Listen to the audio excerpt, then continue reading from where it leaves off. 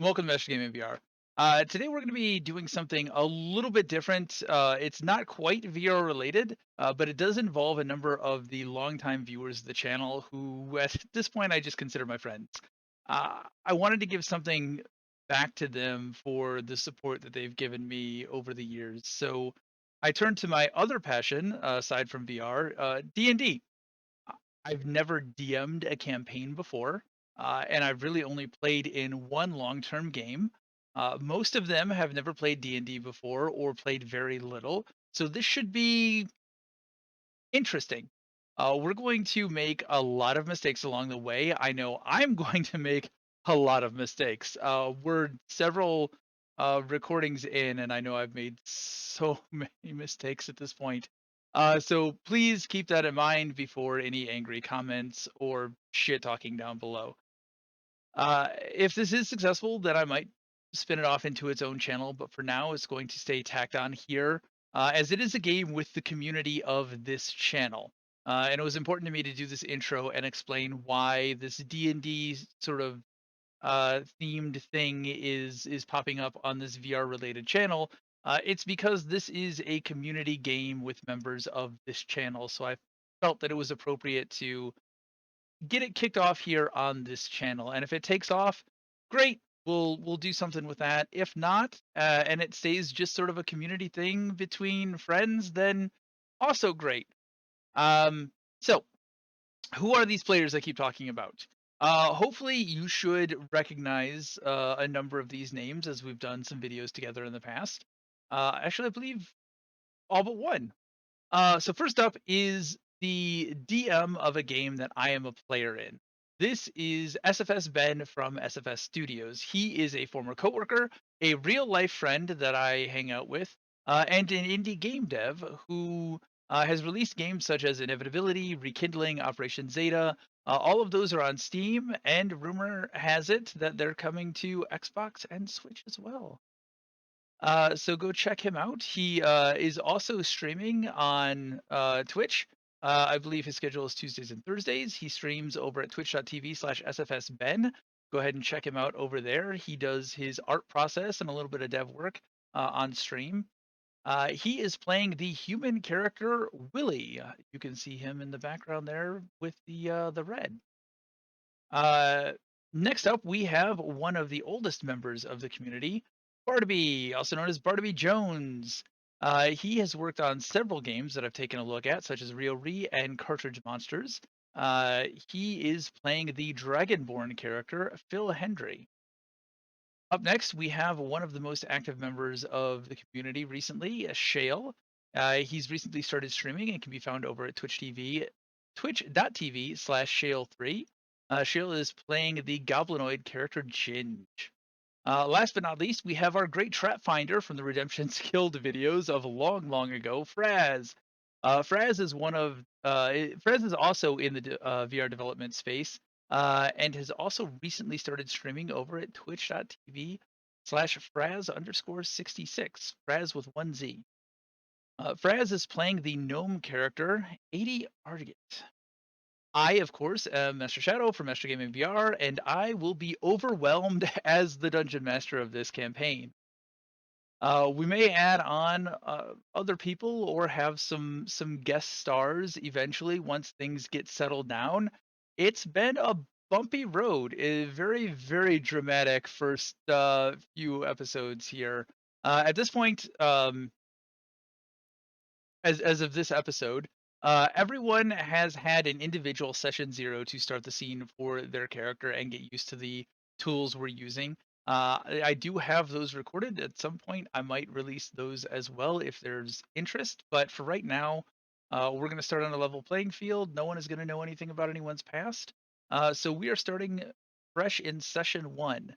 We're using Foundry as our VTT, as well as D&D Beyond for our character sheets. We are all remote, so there's no in-person uh, to record for that. I haven't come up with a great way to capture any of that VTT or players that sort of meshes with everybody. So for now, this will mostly be in a podcast format. So you'll have the commissioned artwork, and then it will just be our audio for the most part. I also don't have a great name for this series as of yet, so the working title that may change is Amateur D&D or AD&D, a D&D podcast. It's cute, funny. It's a working title. Might change. I'm bad at names and open to suggestions. So with that, I think all of the announcements are done. Let's dive into the first episode of AD&D as our heroes meet for the first time. Is there a reason why the game is called Everyone Dies? Yeah, because I'm a bad DM and everyone's probably gonna die. So Barnaby, sorry, Phil, you, where we left off, you had woken up in the morning with your newfound friend, the wizard having left your group the day before, losing sight of him. You and your new friend Nan are headed to the job board. As you walk up to the job board, you see that there is someone already there glancing over the jobs that have been posted. Frazz, would you like to describe what they see? Yes. So, am I describing this as Frazz or as? You can describe it as yourself or in character as Frazz. Just what does your character look like? All right. So, at the job board, glancing at it is this little gnome. He's short even for a gnome. He's really short. And he looks kind of like he's not really very lively right now. He looks kind of like depressed and maybe like, I don't know, not at the best of times, kind of like hunched over a little bit, just kind of like and he's wearing, he's got some goggles, he's wearing some kind of like middle of the road clothes, nothing really too extravagant. You tell he's not very well off, but he looks of like a tinker type gnome, pretty standard looking gnome. Yeah, that's what you see there. And Phil, Phil, what does Frazz see when he sees you walk up? Sees a dragonborn male. Yeah, this is tough. This is hard, yeah. A tall dragonborn, silver dragonborn male, wearing plate armor and carrying satchels and a shield, sword, and spear on his back, with an air of very like calming presence, a large like necklace that looks of like religious faith around his neck. Yeah. All right. So, as the two of you walk up, do you interact with each other? Yep. Yeah. So I'm standing there, kind of looking at the board, kind of like rubbing my temple from the night before, and I see this dragonborn walk up. You also with the dragonborn, you see the largest Goliath that you have ever seen. He is standing probably about 9 feet tall. He is massive. He is this huge dragonborn that you see. He is dwarfing that dragonborn. That's gonna be like 4 times your height, right? Hello, small. I just exclaimed, "Oh, am I still drunk? I don't understand what I'm looking at here. Are you here for the quests?"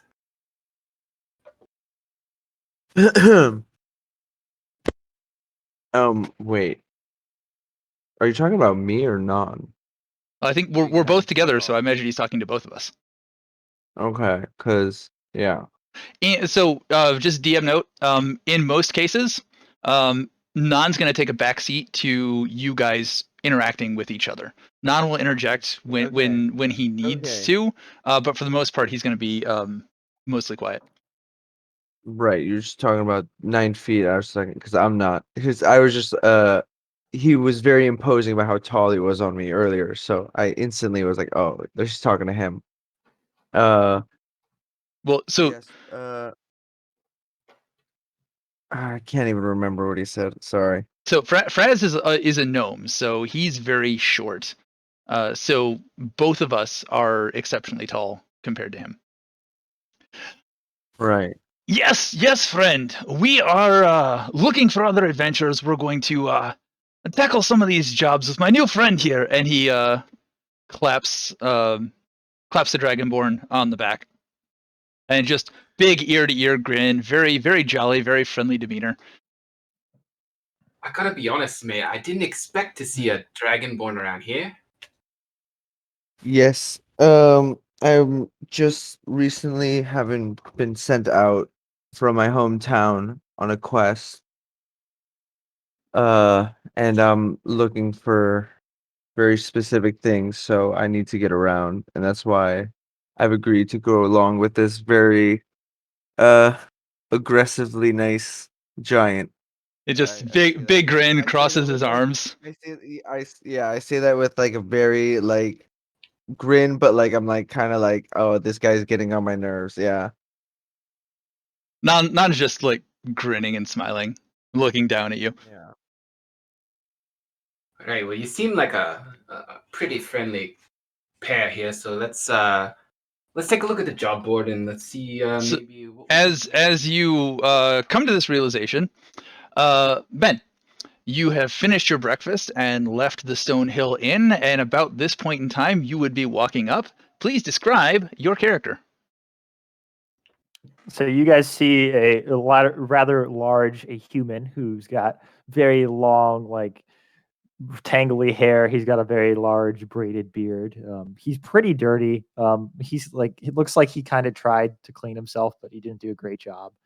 And yeah, he just waddles up. He's quite the large man. Well, oh hey there, Non.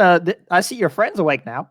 Ah, friend, yes, this is the small that I was telling you about. And he pats Phil on the back, and we found a new companion. And he sort of leans down and gives a much more gentle pat on Frazz's back. Oh, not so hard. No, it's gentle. It's gentle. I protect the smolts. Yeah, I mean, I can help you with that. Like, I'm pretty good at doing that. The more the welcome. Have you seen Brent? Has Brent said he'd meet me here? He promised. One of the militia that is stationed nearby just sort of giggles and laughs, and then straightens up. Roll a perception. Okay.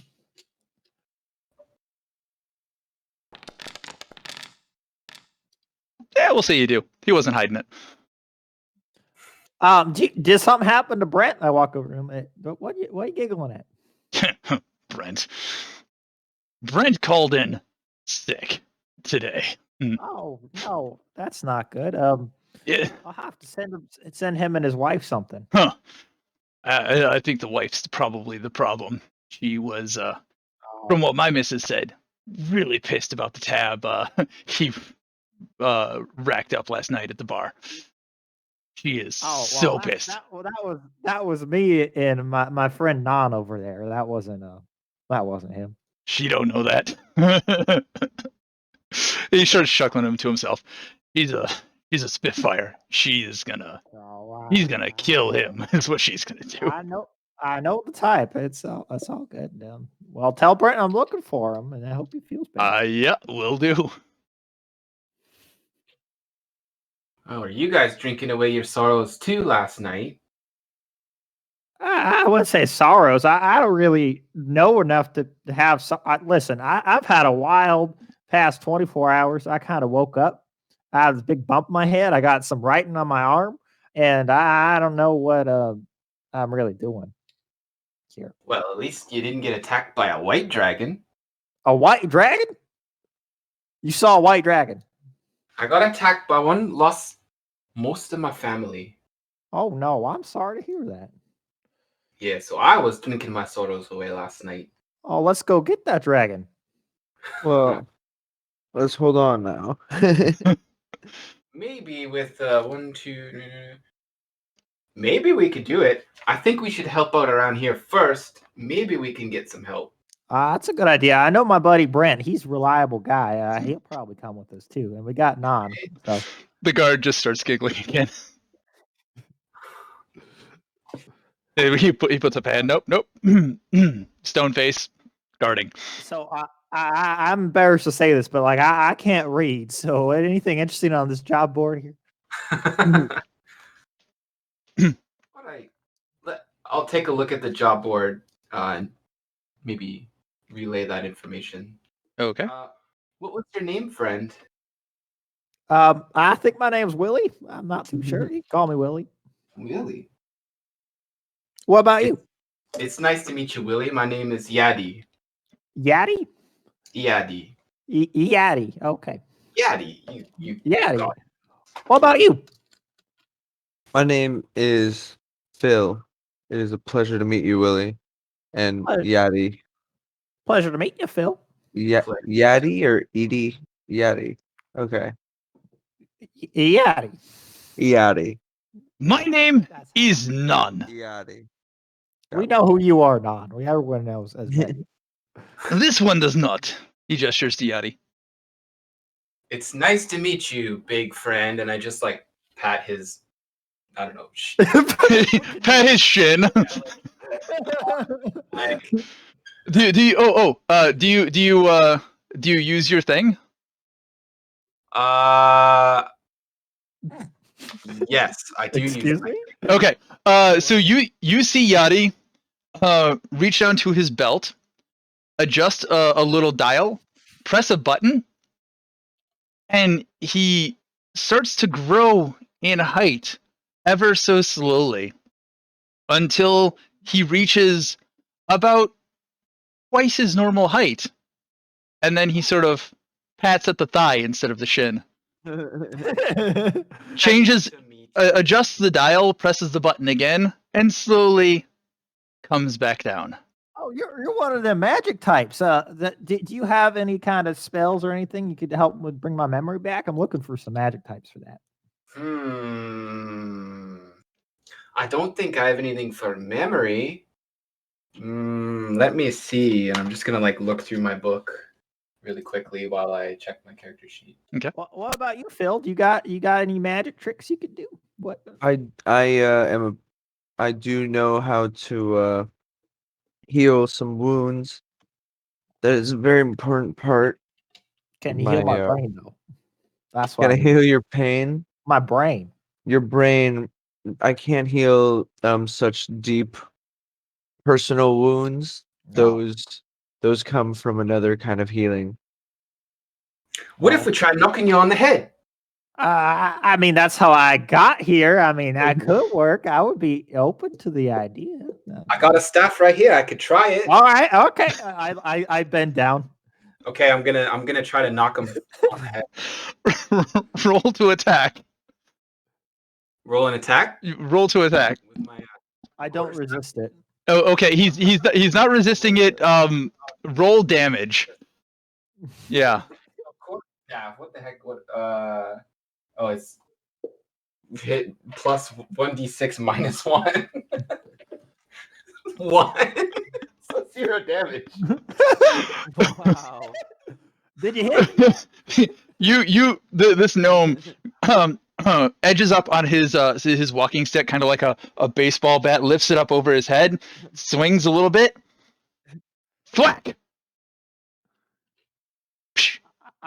I felt some wind back there. I mean, I didn't. Did you do it yet? I tried my best. Oh, listen, I got a pretty thick skull, so. I think we might need help on this one. I can't participate in such nonsense, such meaningless violence. Non It's not meaningless. walks up, What about lifts. speaking of nonsense? What about you, Non? He walks up, lifts a meaty fist, and just sort of like Andre the Giant in The Princess Bride when he's jogging the guy's memory, just thunk on the top of your head. You're not resisting? Okay. No, I'm not resisting. Okay. And you are going to take I have a one. quite low intelligence. I think this will work. Yeah. So. Huh. He's very gentle as he's jogging your memory, and he just 1 point of damage. Very quick, very controlled, very precise. Do I have any So, like, memories I back? can't be watching this with my notebook out, ready to take notes. How do you Roll a history check. Oh gosh. I have disadvantage on this. You are an amnesiac. Got a 1. It's modified 1. That's not that one. Your vision goes black for a second. You stumble a bit. You catch yourself. You don't remember shit. I don't think that worked, guys. I mean, I got some other leads if we want to check them out later. Apparently, there's a lady here goes by what was her name? Her Gurail or something. She's in the Shrine of Luck here, and in the town? in the town. There's a Shrine of Luck here in the town that we can check out. She's apparently she might not be here though, but we could I could still hop by the shrine to check out. So I believe the shrine is basically right next door to where you are right now. No, that's Lion Shield. Yeah, it's just you would have had to pass by the Shrine of Luck to get to the Town Master's Hall. Oh yeah, let's see what's on this board here. Weren't we supposed to be reading it? What Yes. Sorry, I got distracted by science. It's okay. Yeah, we were doing some experiments there, Eadi. So There's science to do. What's on the board there? Yeah, I'll read it. I'll read it out for everyone. All right. There are 3 scripts of paper, all written in the same handwriting. The first one is the Dwarven Excavation Quest. Dwarf prospectors found ancient Dwarven ruins in the mountains southwest of here, and have been working in archaeological digs seeking treasure and relics. They need to be warned that a white dragon has moved into the area. And take the warning to them, then return to Townmaster Harbin Wester to collect a reward of 50 gold pieces.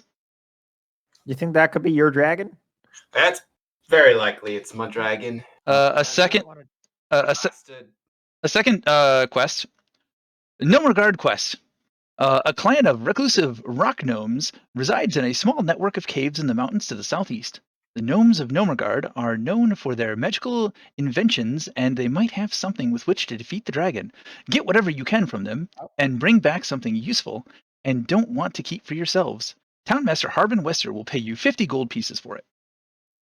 The final quest, Umbrage Hill Quest. The local midwife, an acolyte of Shanti named Adabra Gwyn, lives by herself in a stone windmill to the side of a hill a few miles south of Phandalin. With the dragon sightings becoming more common, it's not safe for her to be alone. Urge Adabra to return to Phandalin. Once she's safe, visit Townmaster Harbin Wester to claim a reward of 25 gold pieces. Guys, we should do that one first. That one sounds the easiest, and then I think we do the second one. Okay, I met Adabra. She's the one who found me on the road and that healed me up. I killed a manticore for her, so we can go chase after the manticore that you said you didn't kill last night. I said I almost killed it. I misspoke. I'm sorry. Right. Well, we need to go after your treasure. Is there a chance we're gonna encounter that manticore again? If we do, he's gonna be near dead. Like he got a spear up his ass. So I mean, he's not looking too good. I need the gold, so I say we go ahead and try that. We don't have to really fight. You just gotta convince someone to come back. What about this time? I mean, you see, some of you, if any of you met, I don't remember who met Barthen. The local shopkeep for the general goods store is walking up with a small creature that is huddled up and mostly obscured from sight, and he is walking purposefully up to the group of you. Shale, would you like to describe what they see? See a, I think 3'5". I don't remember what I put for. So we got two little guys. Lots of I think smalls. it's 3'5". Mhm. I'm pretty sure it's 3'5". Pretty brightly green. What appears to be a goblin. Ooh. You see off the hood that you got the beady eyes, and the mouth is closed, but you can see the protrusions in the cheeks of some like sharp teeth like teeth. Teeth like teeth. I like it. Got a cloak on. It's got nice little shoulder leather pad, but not really much else for defense. Got this nice brandish belt of tools and miscellaneous things on there, as well as a sheath. Even though he's, you see a sheath, but you don't see anything in it. See what else. That's pretty much all that's directly visible. So Barthen walks up to the lot of you with this character. Hello, friends. I am the proprietor of the general store in town. If you are needing any supplies, feel free to stop by. But this individual came into town early yesterday, and one of the guards brought him in, and we put him to work, and he seems to be a good lot. He needs some adventurers to watch over him so that he doesn't seem like your typical goblin. I'm looking to help him out. Not babysit. He did help us out with a significant problem. There was an infestation of sorts in my employee's home. He was able to take care of it. He is very resourceful. From what I have seen in the past day at least, if you would be interested in having an additional hand for your adventuring party, would you be interested in taking him with you? I mean, does he talk? Then I kind of I bend down and look at him. My head's still bowed. Just, You see this huge, looming, muscular human form just lean in, big, huge, bushy beard, unkempt, like unruly hair. Just like lean away a little bit, bow my head a little bit more. I'm like, yes. Hey there, little friend. Do you want to adventure with us? What? Do you know any magic? What can you do? I tinker. You tinker? I tinker. My eyes light up, and I kind of walk over to him and go, "Ooh," and I start like, without any regard for personal space, I start like tapping and prodding the things that I see on the bandolier, and I'm just like, I'm letting him do that, but at the same time, I'm just very like just getting further and further away. you know, I heard about you, friend, over the last few days. These people have been talking about this little green fella running around. Is that you? I mean, I am little and I am green. Well, Eadi. I like you. We got us little guys. We gotta stick together. Eadi, roll a history check for me really quick. Who, me? Yes. Who is rolling? Eadi. Okay.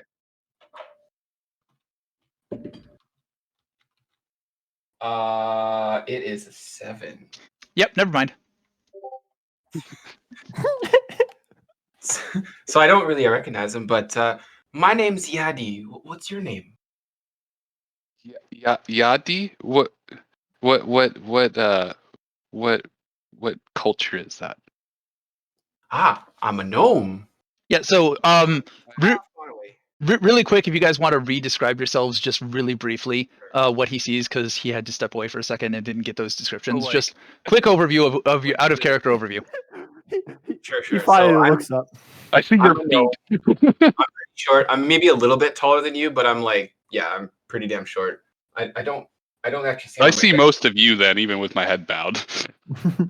Yeah, so I've got like the goggles. I've got some like, kind of basic clothing. Nothing, no armor, just like cloth. goggles and maybe like a hood, but nothing really. So like a cloak or just like a shirt Yeah, with mostly like with a a hood? cloak. There's something you can see on my legs, but you can't tell what they are. It's some kind of contraption. Well, as a tinker, would I be able to at least be able to figure out maybe the function? Possibly.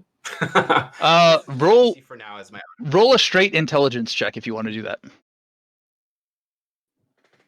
So 13 plus 2. Okay. You can gather that there are some hydraulics in this that look like they probably lift and extend, and then also can retract. You don't quite see, because most of it is covered up by clothing. You just sort of see the outer skeleton of it towards the edge of the pants. But from that, you can gather that it probably extends and contracts. And who else is who do it? Description. So you see, for me, you got a little bit of description earlier, but I'm a very tall human. I've got very long, unkempt hair. I've got a very long, fancy braided beard that's also pretty unkempt. I have a little bit of an odor to me. It seems like I didn't fully clean myself all the way, but Smells a little bit of blood. yeah, Old Smells like I blood. murdered something. Yeah. Something I forgot to mention too is like when I raise my head to see him, see like the rat tail wrapped around my neck. A rat tail? Yes, Like the hair like a rat scarf. tail No, like the tail of a of rat. a rat. Okay. Like an actual rat had its tail cut off and is now wrapped around his yeah. neck. Oh, so there's not a rat attached to it. No, it's just the tail. we can see. Okay. All right, Barnaby, really quick, you want to just briefly go over yourself? Yeah. What does he say? Wait, me or Barnaby, describe what okay? Shale sees. Okay, I was waiting for my Yeah. turn. Yeah. What you see when you see me is like a little over 6 feet, silver dragonborn paladin looking character, like paladin. That's not a description. Sorry. I'm wearing a plate armor. I've got weapons on my back, like a great sword and a shield, a spear. You can see a necklace, a religious looking necklace, and I've got a kind of like air of holy, like a figure, like a religious type aura. And yeah. Okay. That's me. So when I look up and I see these giant figures, I like kind of quiver a little bit because I'm like, holy fuck! I don't think I've seen a dragonborn either. Yeah. So that's not it. But at That's least he's about my size. there's one more. You see this massive Goliath who is standing head and shoulders above even this massive dragonborn and this massive human, at least 9 feet tall. He is massive. The biggest grin on his face that you've ever seen, just full on jolly, happy. Hello, my name is None. And he reaches down and he picks you up. I just faint. He puts you on his shoulder. We protect the Smalls. I already fainted at this point, so I'm just like limp on the shoulder. Okay, yeah, so yeah. I guess Just we're completely taking out. We will look after him. Yeah, we'll I take him. I pick him up and put him over my shoulder. He's already over Non's shoulder. Oh, okay. Oh. Passed out. Yeah. Or fainted. I am unconscious at this point. Phil, do you got any like smelling salts or anything? You maybe wake him back up. I might. No, I do. I think I have an adventurer's pack. I don't think I do. Oh, we could try to hit him on the head. I mean, you want to take another But shot yeah. at it, Adrian? Let's not hit the Smalls. Well, Let's let him sleep it off. oh, I'm sleeping. All right, so we're gonna go get a Dabra, right? We shall go hunt your manticore. Well, we can hunt the Manticore. We're just gonna. Is that bring her what the back to quest town. was? I thought we were just gonna go talk to her. No, Try to get her back to town. Willy shared a story with me last night. He came from over there. He fought a glorious battle with a mighty manticore. but it got away. If we go there, perhaps we can finish the deed. If it'd be have some real big balls on it if it came back there. I'll tell you that. It has been one full rest since then. Oh yeah, but I mean, how's he? He doesn't have any fingers. How's he get those spears out of him? I've never seen a manticore, so Oh, this guy's not too let's scared. do it. All right, so you guys are going to head off towards Umbridge Hill. On Bridge Hill. Can someone write here? I'm illiterate, so I need to leave a note. Yeah, so I okay, can write. I'll write a Yeah, I can little write. list of the things we're gonna do, and Oh, I hand I wanted a note from my friend Brent. He paid for drinks for me and Non last night. So he was supposed to come adventuring with us. I'm kind of sad he's not here, but I want to leave a note to tell him that I'll be back in town in probably like a day or two. So Okay, I'll write that note and put it on the job board.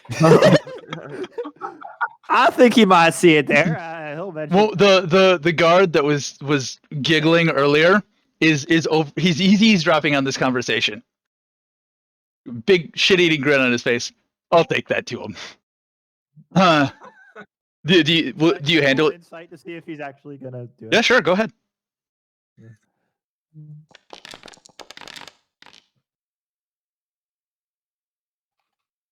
I did not see what that roll was. What was it? You get the sense that this guy is one of those assholes that loves to fuck with people, and he is wholeheartedly interested in giving this note to him just to fuck with Brent, because he's aware that Brent doesn't like you. I'm slightly aware of that, but he's gonna like me. Don't worry. Oh no, he didn't tell you that Brent doesn't like you. I'm giving you extra. Willy would be slightly aware that Brent isn't the biggest fan. So. Got it. Okay. Yeah. Yeah. So this guy is absolutely going to go deliver that note. All right, that's good. All right, you friends ready? You had a nice rest. You ready to go? Thank you. Absolutely. He puts the note in an inside pocket, pats it, goes back to guard duty. All right, let's head out. All right, friends, let's go. But before we go, let's just make sure we're all introduced here. So, but our new friend is unconscious. Yeah. I told you, gotta get some spelling. I wanna reach up and just kind of like give him a little smack, see if he wakes up. Okay. Oh wait, no, you're tall, right? How tall are you, Willy? I'm 6 foot. He's probably tall enough to reach up and give a little pat. Right. Huh. No, I just didn't know. Yeah.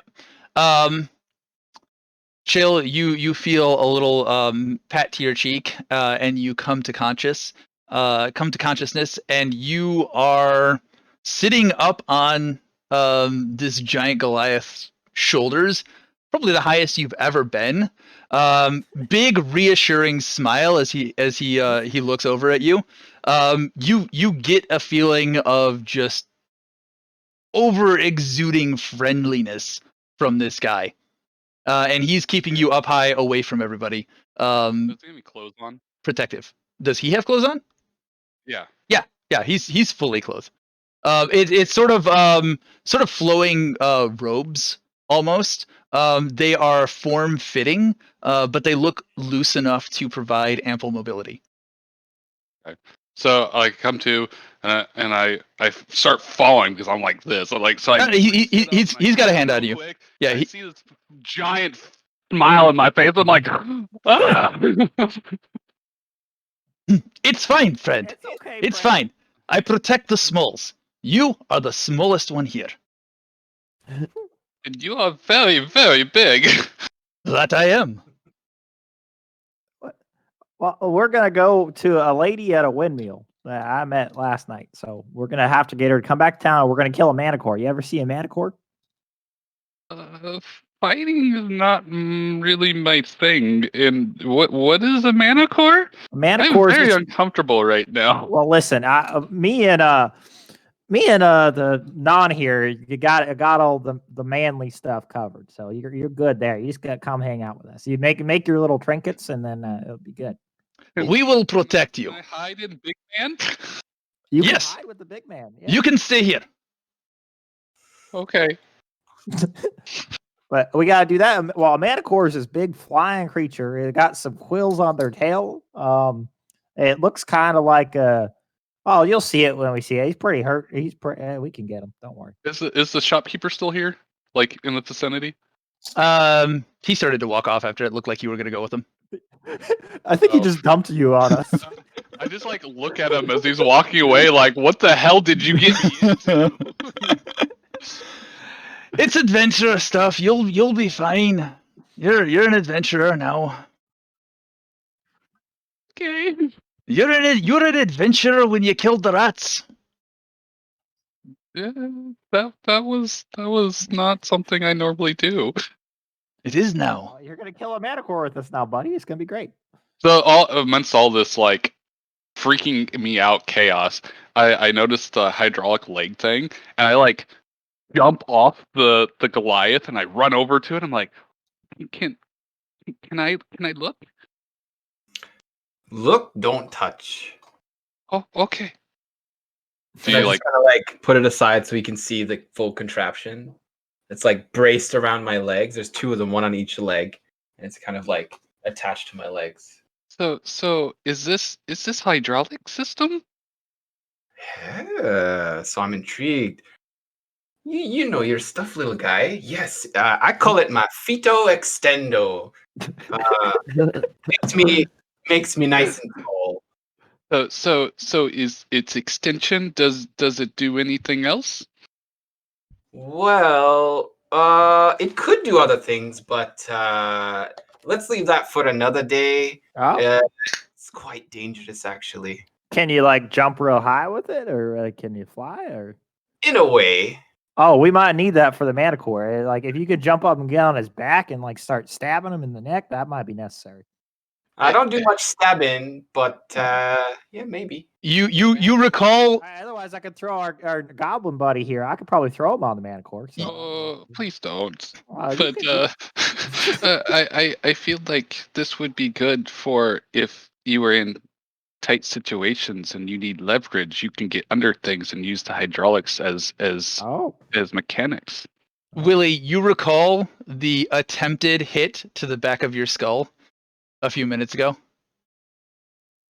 In trying to formulate this plan of having Eadi stab something. oh, yeah. No, he's not gonna do it. Genji might be able to do it though. Like it's. Do you have any weapons? You got like a little knife? Did you just call him Genji? That's what his name is, isn't it? It's Ginge. I haven't actually announced my name though. Yeah. Oh, we didn't name him yet. Okay. What's your name there, little buddy? I saw it on the computer here. Here, what's your name? Computer. What's a computer? What's your name? It's Ginge. Ginge?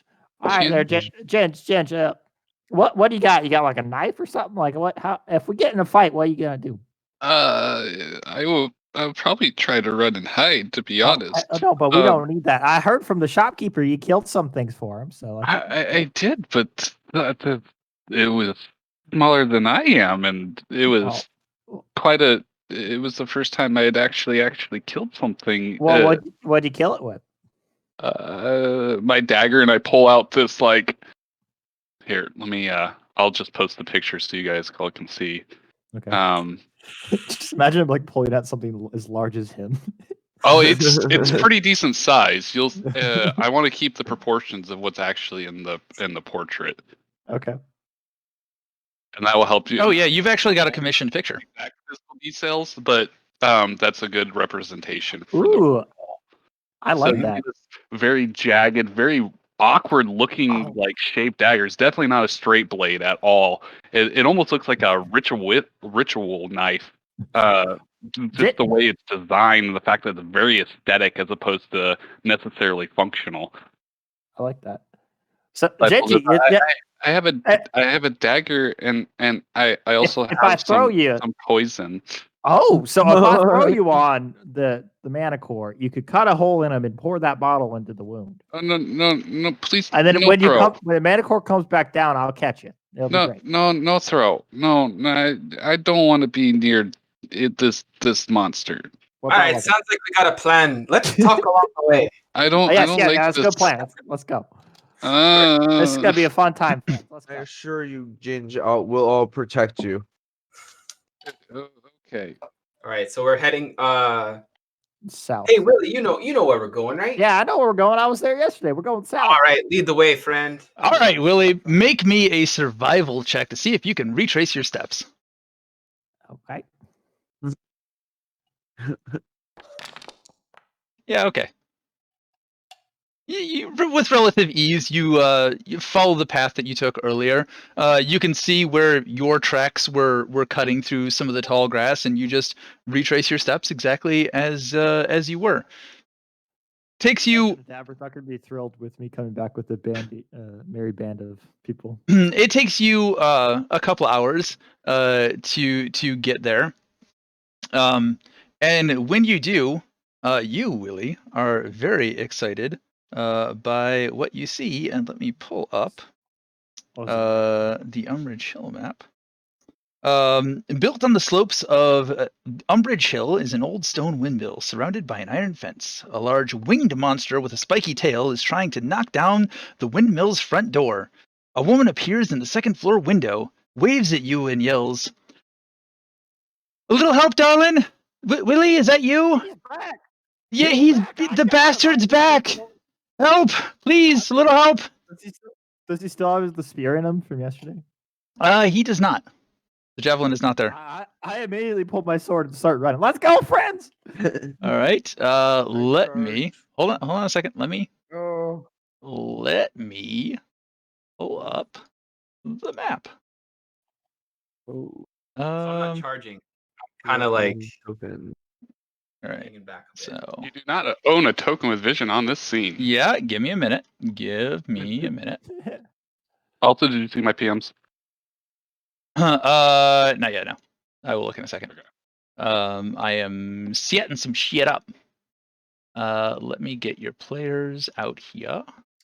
Oh, so this is why you wouldn't let me kill it in our session 1.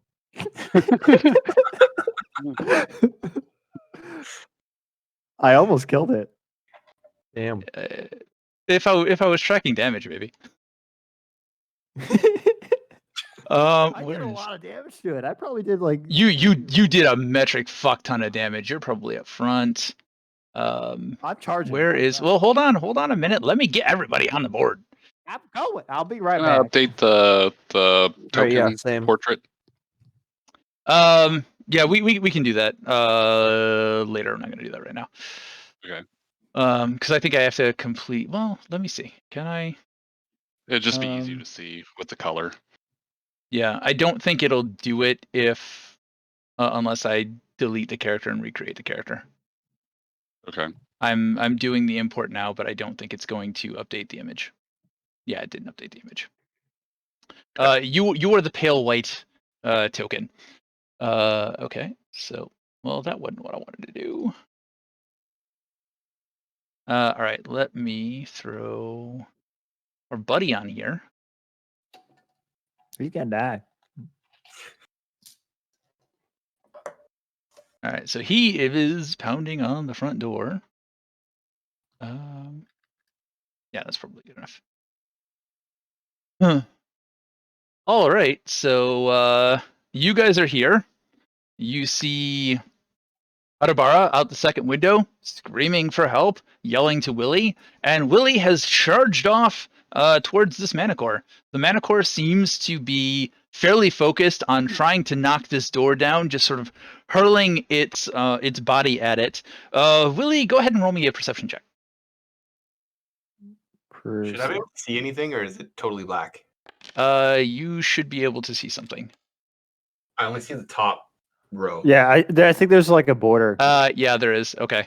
One second. Let me just pull all of you down 2 squares. Okay. Now you should be able to see everything. I Right. can see things. Hey, look at that. That was a very menacing picture. Unless it's a Ginge is not manticore. liking this situation at all. That'll be fine. I don't know. Can you? No, you probably can't double click on it because that would give you information on it. Let's see. This is what you see, and I am going to paste this in chat in Discord. That is what you see. It's got Oh this my. human face, big wings, spiky tail, Nice. like cat's claws, lion's mane. I'm immediately hiding behind somebody. All right, so Willy, he's already halfway there. what are you guys doing? I'm charging See, forward. how close am gonna I get within range. Ginge? Wait. I cast magic stone and hand out stones to people. Oh. How big are these stones? Well, I mean, they're big for me, smaller for you. And they're just Is it- they're just like stones that he would have picked up along the ground. So, but for him, and he's carrying it around. Okay. They're just some Is it, trail rocks. is it something can I tell if I could do damage with it? Like, Ginge, do you want to explain what they do, really quick? Well, I walk up to the one that's about to run off. Wait, and I pick up a stone and I kind of do this and I hand him a stone. Take this. What's it do? It hurts. So I like throw it at him? Yes. Okay. okay, I immediately understand, and I start running at the manticore with Let's go. with the stone in hand. Just throws up his hands, just like what the fuck. Let's go. All right, you do what you're gonna do.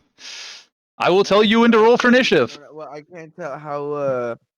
Okay. Okay, how. Yeah, you guys are not in turn order right now. The manticore is so focused on what it's doing. Oh. If you guys want to just run up there, Did I hand out more than one stone I go before right we're here. I up whack for him. over I initiative? get to like right here, and I throw the stone.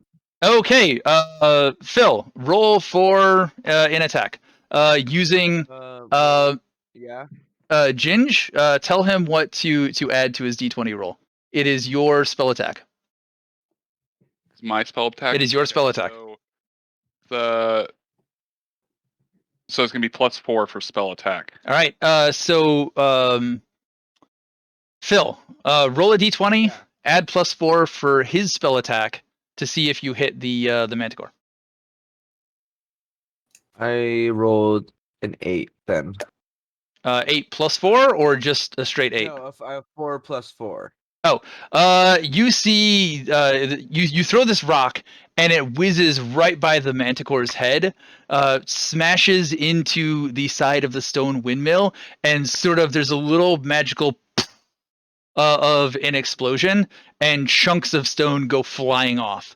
It looks like it did more damage than just chucking a stone, but not an exceptional amount of damage. Willy, you are right up there next to him. If you want to take a surprise attack, you can go ahead and go for it.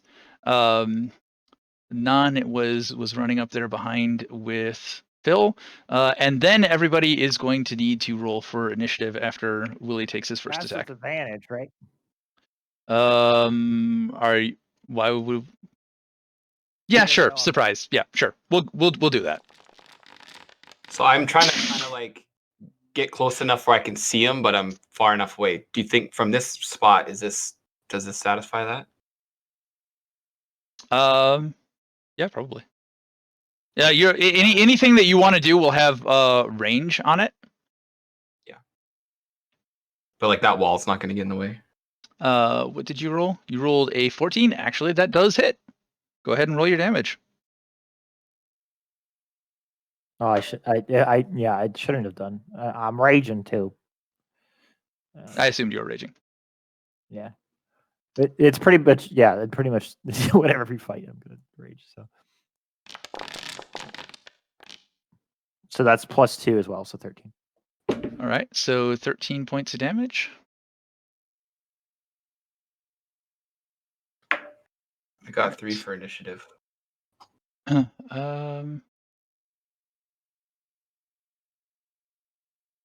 All right. He is definitely bloodied by that.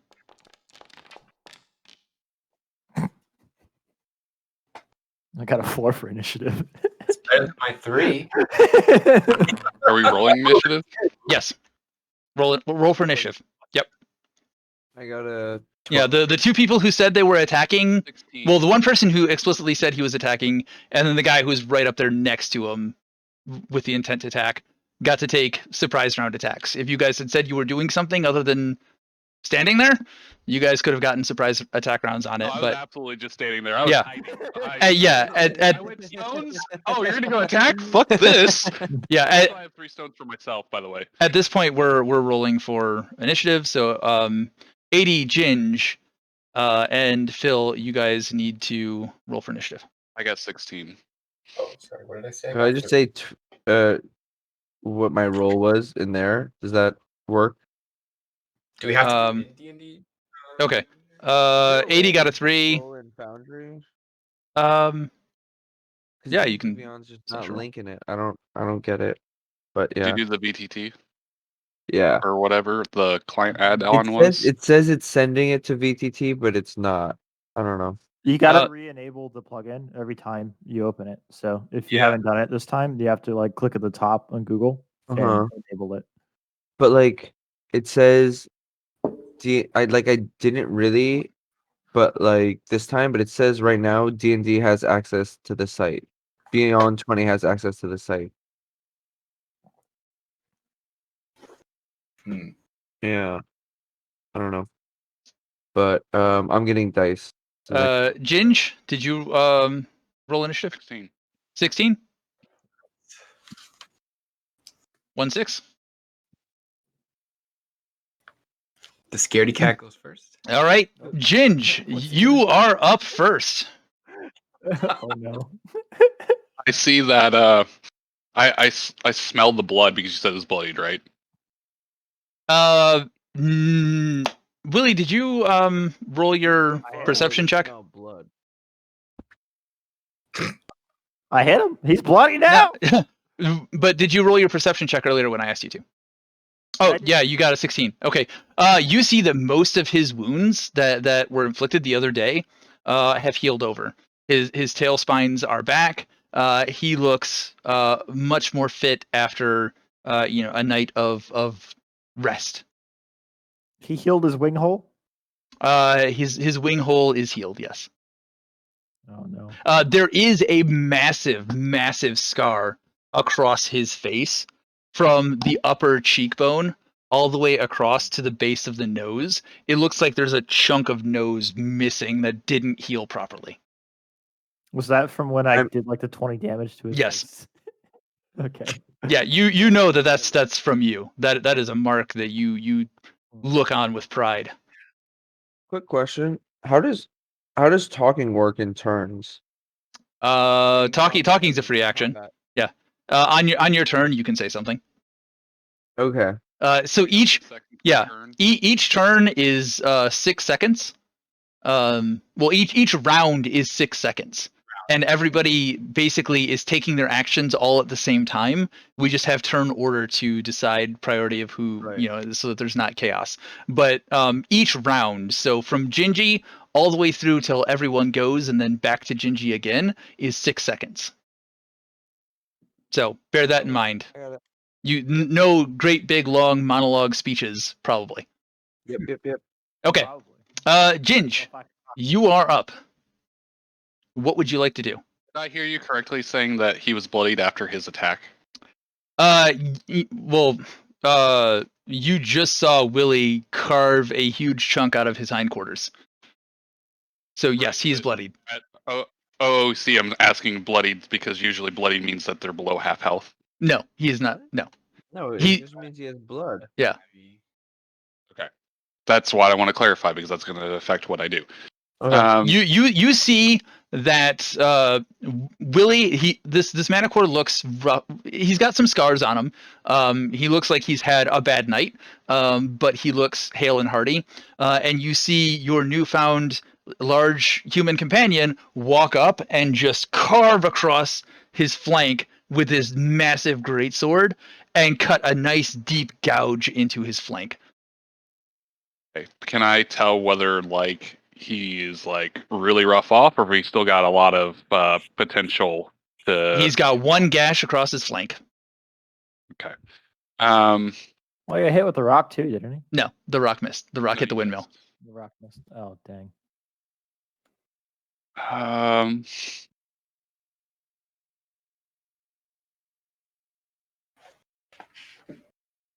And this is a fence around the windmill, correct? There's a small stone fence. Oh, it's short. It's not exceptionally tall. If you were to try to Right. clamber over it, you'd probably need to make an athletics check, but it's not like a Okay. huge stone wall or anything. Right. Think more like a like a white picket fence type, made of stone. Okay. Yeah. So it's actually it's not solid. It actually has It's like a problem. No, like height wise. Height wise, think like a house fence. Yeah, it's not super high, but it is solid, made of stone. okay, but I'm small enough I could hide behind it. Sure. Ask him. I forget It what my sounds movement like speed's it, 30 yes. feet, right? What's that? Movement speed's 30 feet, right? I believe so. Yes. Probably 25. Yep. His movement speed is 30. Oh wow, Goblins look quick. quick little bastard. You can like dodge and disengage on bonus actions too. It's a goblin, I'm pretty sure. So Ginge, you cannot do that. Drag. Okay, there we go. he Do it. can't. Okay, I move up to as close to the stone fence wall as I can, and I am going to hide. Is that going to end your turn? Is that all you're going to do? Yes. Okay. Go ahead and roll a stealth check. 14. All right. Good to know. Next Do I up. get a bonus for that? Oh, stealth +1, so 15. Okay. Next up is that went really far. Next up is Non. Non is going to run up here. Is 30 feet. Is he 30 feet? I think he might be more. Yep. All right. He is going to stand between the Manticore and the door. And he is going to punch this thing in the face. Is he punching it? He's punching it in the face. Punch it? He is going to punch it in the fucking face. He has advantage. He does have advantage. Flanking, right? All right. So that is enough to hit. So he's going to do... that is going to be 4 points of damage, and he's going to do it again for his bonus action. That is also going to hit, so he's going to do that again. So that is 10 points of damage. And then he's going to unleash pop, pop. Handful more strikes. He is just going to town and hammering this guy in the face as he uses a key point to flurry of blows. 2 unarmored strikes. Natural 17, that hits. Mister, we can't spoil the classes. And Oh, he's doing something. He's actively doing something that a monk would do. He's using his class ability. Oh, whoa! Spoilers, bro. That actually. Okay. That's another 4, and that's another 4, so 18 points of damage. And he is standing there, ready to take this guy on. Did not pull his quarterstaff out. Just punched the shit out of this thing's face. He doesn't need it. This guy's a weakling. We'll take 2 of these things out. All right. It is now the Manticore's turn. He smells a familiar scent. Yeah, I bet he does. I bet he should be. And he is going to turn around. And he is going to I told you not to come back here. that you did. Okay.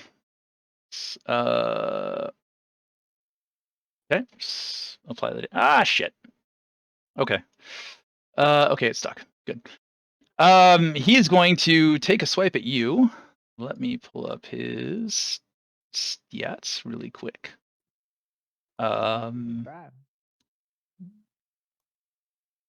He is going to. Where is his? He's going to multi-attack.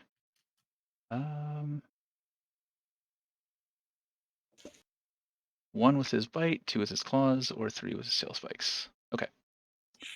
He's going to attempt to bite at you.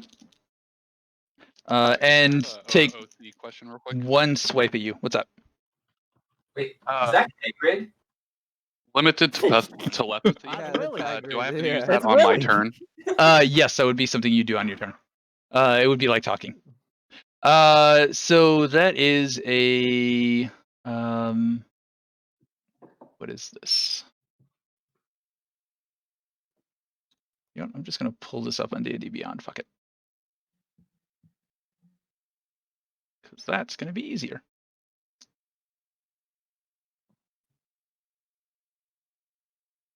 All right. His bite is okay, +5. So that is a 16 and a 17 to hit. Do either of those hit you, Willy? Yep. I mean, well, yeah, they both do. Okay. That is. I only got a 12 AC. I'm wearing like 'Kay. clothes. I'm wearing like Yeah. a shirt. All right. You're gonna take 6 points of damage as he All right. bites into your shoulder and sort of swipes at your torso with the other claw. He is much more invigorated than he was when you fought him yesterday, and he's gonna take a tail swipe or a tail spike at Non. You said 6 points of damage? Yes. He shoots a tail spike behind him at Non, who just clobbered the shit out of him, and he misses. All right, so next up is Phil. What would you like to do? You've just seen Willy just get a chunk taken out of his shoulder and claws raked across his chest. And this manticore who's had a chunk taken out of his hindquarters and his face just been pummeled, got a black eye. What would you like to do? Okay. I'm gonna run up to here. Okay. And like while I'm like first I like start slowly charging and I like look at Ginge and I like give him like a really judgmental look at him like hiding behind the wall. My face is down in the dirt, so I can't see you. Okay. I don't care. And I is the manticore still holding like Willy's shoulder in his mouth? No, he's like sort of bitten and ripped and clawed. So he's standing there kind of looming a little bit over Willy, probably getting ready to attack Willy again. Okay. So I take out my great sword and I like strike straight down trying to get at him at his face. Okay. Roll to hit. That is a D20. Okay. Plus for your great sword is +6.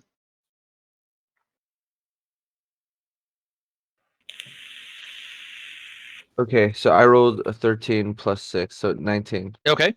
Yeah, that connects. Roll your damage. That is 2d6 plus 4 for you. And since you are using your greatsword, you do not have your shield equipped. Right, yeah. So I roll 2d6 and then I add 4. Yes. Those are Right up. not d6s. Oh. No, sorry. I clicked it in D&D Beyond and it came over here. Okay. That looks like a Okay. good thing to use. I like that. Okay. So I rolled a 15. 15. 2d6 plus 4. 15. I Okay. rolled an 11 plus 4. Yeah. All right. As he's pulling back from Willy, you take your greatsword and swing it down, and it comes just shaves a few hairs off Willy's head and connects right smack across the bridge of the nose, biting in deep, adding an additional, if he survives, an additional scar to the other side of his face to match Willy's. As you take a chunk of his face out, he whips to the side.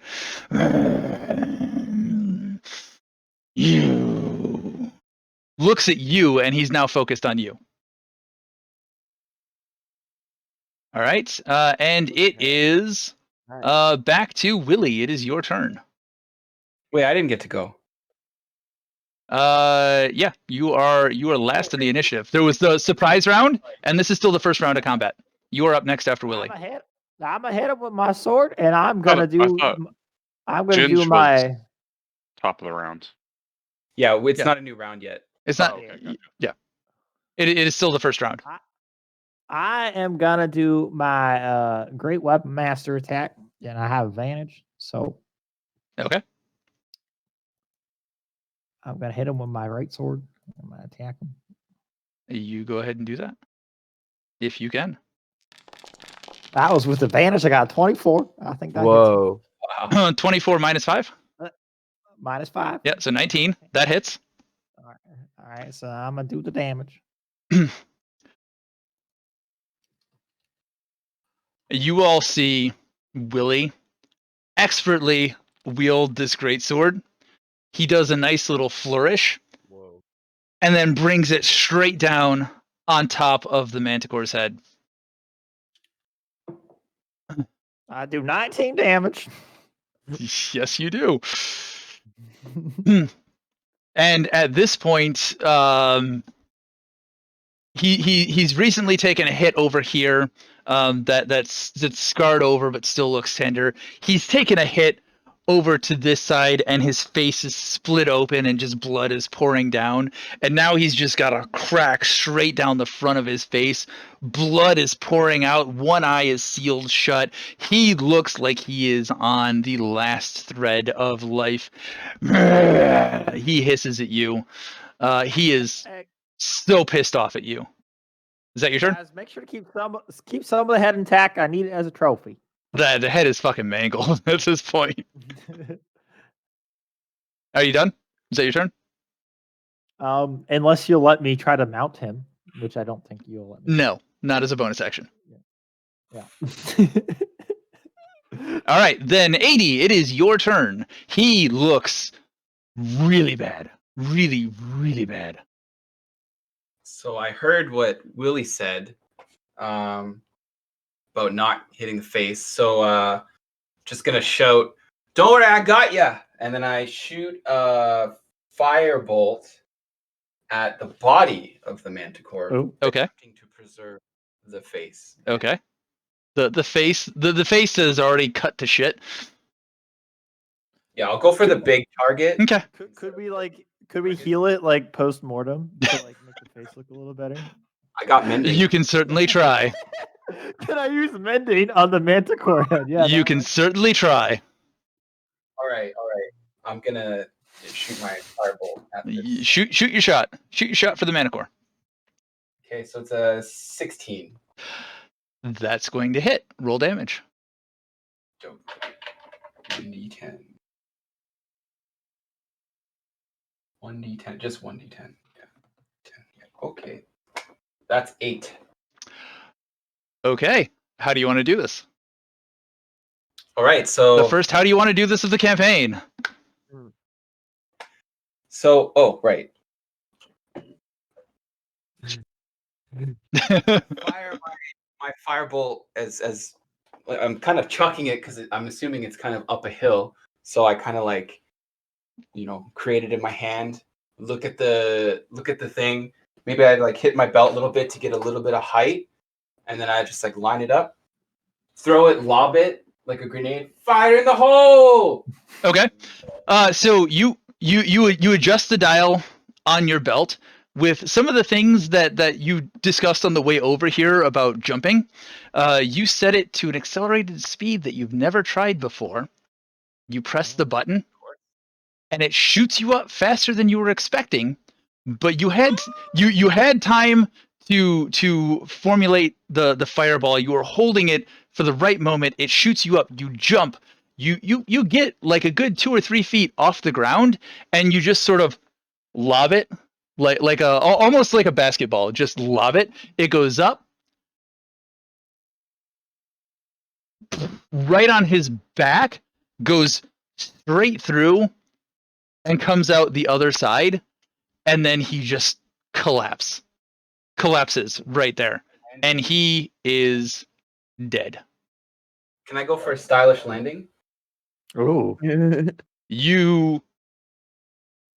You come down, you land. The hydraulics, it wasn't planned. It probably needs some tweaking.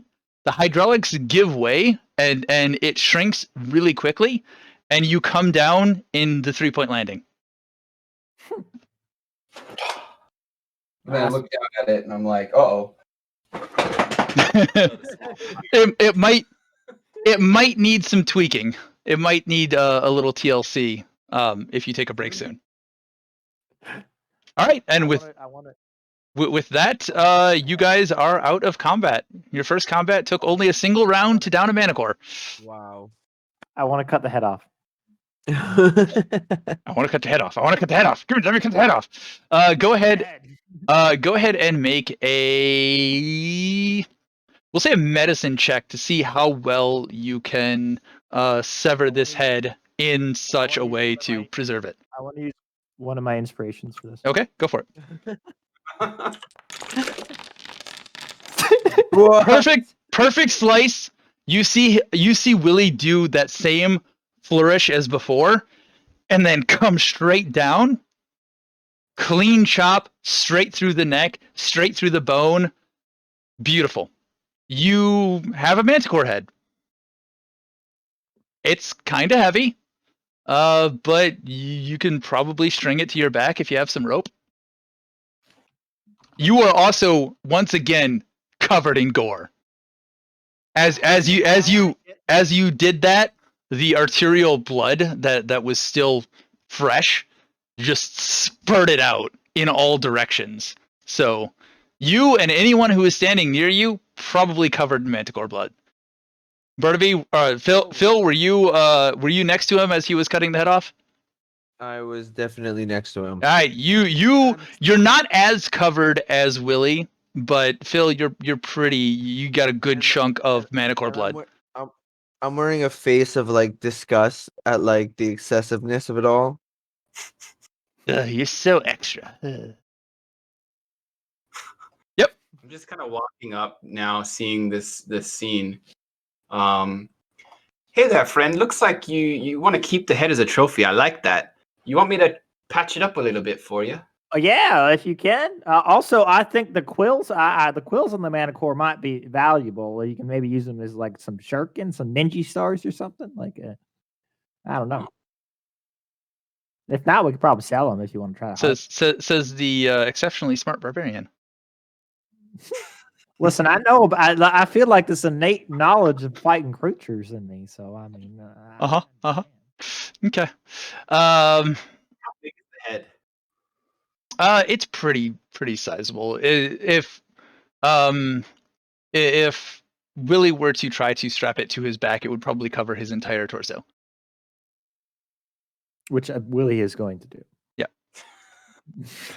So this is a large monster. right. Yeah. Oh man, I can't wait for Brent to see this. Fuck you, Brent. You could have been here, Brent. I fought a Manicore. Now he's gonna see I fought a Manicore. Oh yeah, he didn't. He thought you were full of shit. He's gonna see. Just show up at Brent's house, throw the head on the floor. Look at this, Brent. So I'll take about a minute and just patch up any open gash, as long as it's less than 1 foot in size. Just kind of like Um, place my hands on it using mending. let me. Yep. Let me. I don't I'm reading it. On the Manticore? Then I can't do the neck. Probably it's too big. But You could like heal up some of the scars a little bit. I think so. Like the gashes on his face should be fine. Yeah, it doesn't say anything about not being able to repair anything organic. Yeah, I mean, you can't. Wait, you can't do the I mean heal it's word. organic, but it's not alive. Yeah, no, I'm Yeah. yeah, I was reading the spell to see because I thought it Yeah. would say nothing I biological, but remember. yeah, sure. You were able to knit some of the skin back together in this kind of grotesque fusing of the skin. It definitely leaves a scar behind, but you're sort of able to refuse the bone in place. You get the feeling that if you tried to do this to a living person, it would be excruciatingly painful. You are not medically fixing anything right now. You are just fusing it together, like taking like trying to stitch a wound close using an arc welder. That should be fun. I'm just like noting this down, like watching what's happening and taking notes. Yeah, so you dress up the head. It's got some gnarly scars on it, but yeah, it looks better than it did before. Probably looks a little bit more fierce. It's got some war wounds on it. Clearly, it's won other battles before we killed it. Yeah. So I out wanna shout up to the wooden. yeah out the front door comes Adabara. Let me see. Dabber, we gotta take you back to the city. Oh, thank you for coming back, Willy. You came back just in time. I guess he got tired of the livestock and wanted to come after me. Yeah, I got some new friends now, but you got Dabber. You gotta I come see with us that. to the city. No, I think I'm gonna stay here. No, Dabber, listen, you got to come with us. You don't have to stay there, but if you come with us, we get 25 gold. Okay, there's someone in the city who says to bring her back here so she's safe. I don't 25 gold. I don't want to We'll go give you back. some of that gold. No, I don't. Can I pause this real sec? I hear what's going on. I noticed that the combat's died down. I was sleeping, but I hear this discord about what's going on. A little nap. So I like A 6-second nap. And I scurry over, just kind of like quiet and passive, just put quickly, and I go, and I bow my head so she can't see what I am, and I go, ma'am, I understand that do a stealth check. You may want to stay. To try and hide your appearance. 2. So there's another one. Oh, she grabs on Willy's arm. Get it! It's a goblin. Get it! Get it! No, he's our friend. He's our friend. What? Yeah, he's our friend. Wide-eyed in fear again. I get on my knees and put my hands on the ground. She's digging her fingernails into your arm and clutching you close. She's shaking in fear. Hey, listen, you better come back to town with us, or he's gonna bring his buddies over here with you too. So you better come to town with us. He's got a lot of buddies. He's gonna come send to the tower just on reckless. Now she's backing away from you. She's reaching for the door. Can I do like a persuasion? You can try and persuade her, but you just tried to intimidate her. Can I interject here? While I'm on the hands and knees, I use my limited telepathy to try to give her calming images to kind of have her calm down with soothing audio. It's in my head. It's in my head. And she bolts through the door. She bolts through the door, and she closes the door. Listen, lady, Adabra, you're coming with us to town. I am not going with you. You're coming with us. I should have break this door down. I should have never rescued you. I should have never ever gotten involved with you. How dare you? How dare you threaten me? You just start singing. I want to start singing. Okay, so sing. Sing. Sing.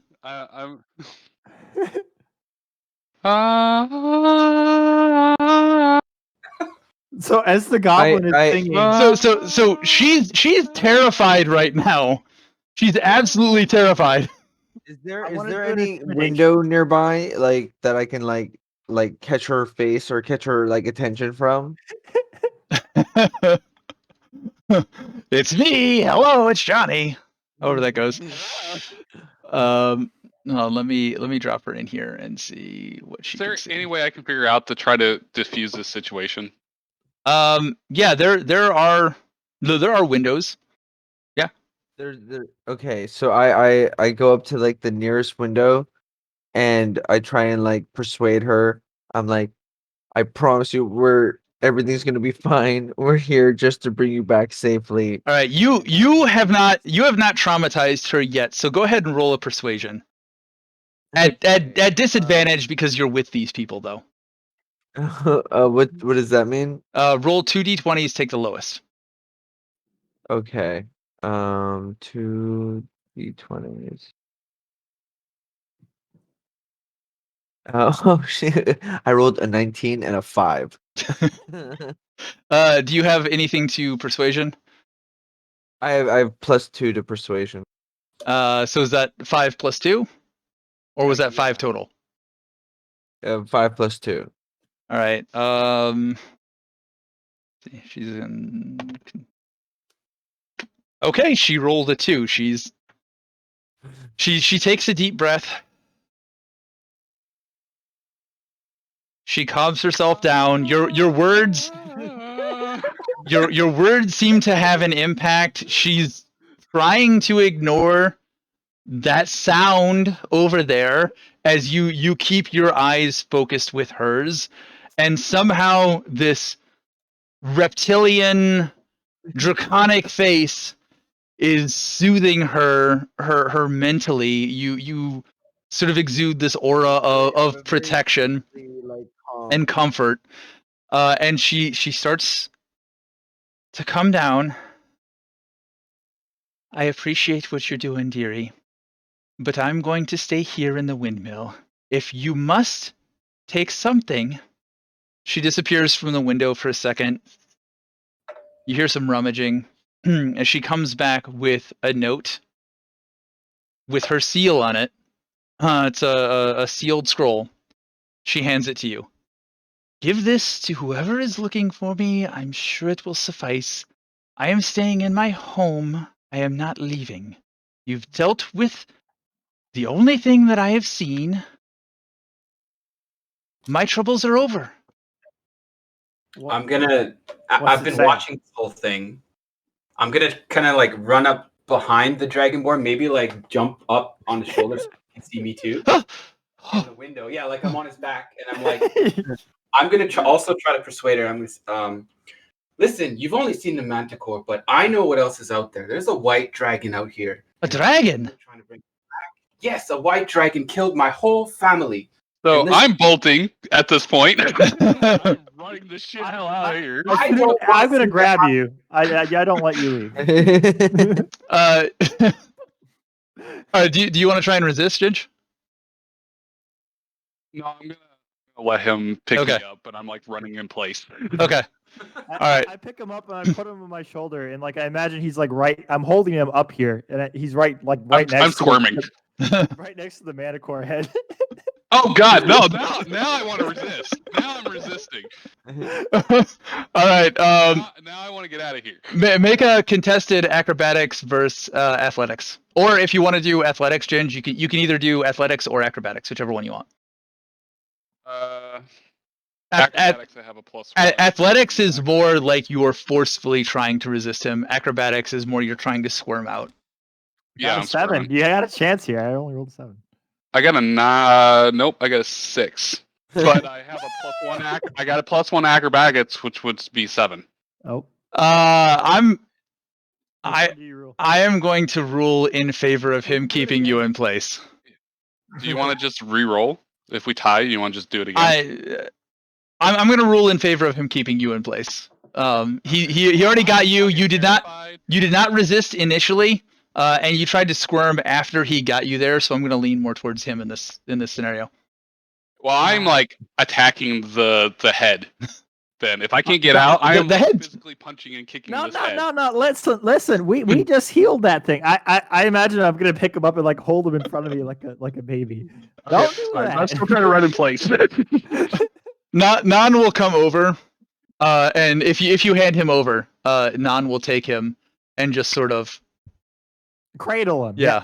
cradle him and try and soothe him and calm him down. Just like Shush, desperate shush, small. onto as much of the body as I can.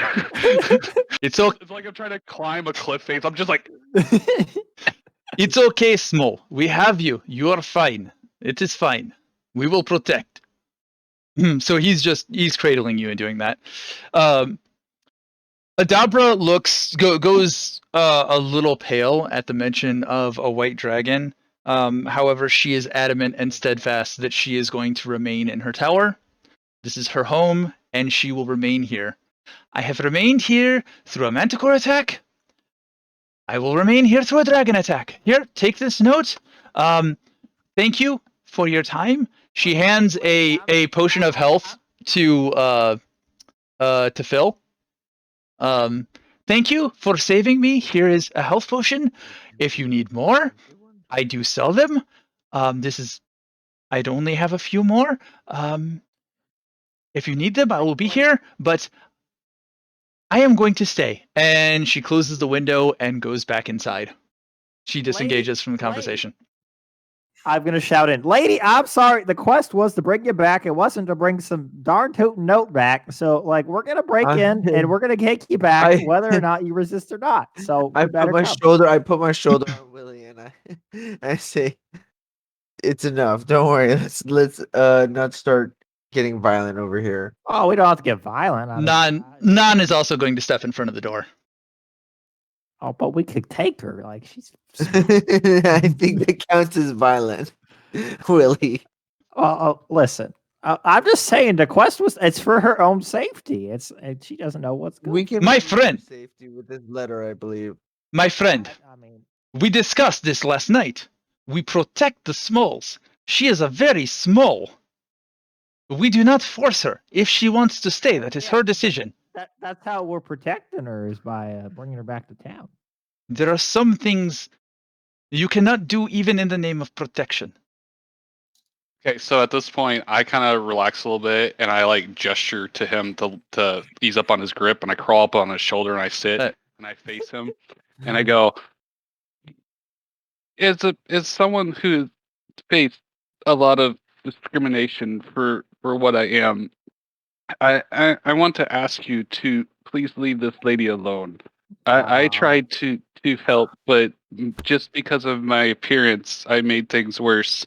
But maybe I can ask you to leave her be, and maybe I can help that way." All right, little man. That's okay. I understand. But listen, little man, next time we fight, like, you can't just go take a nap behind a fence. You had already finished things, so I was tired. I have little legs.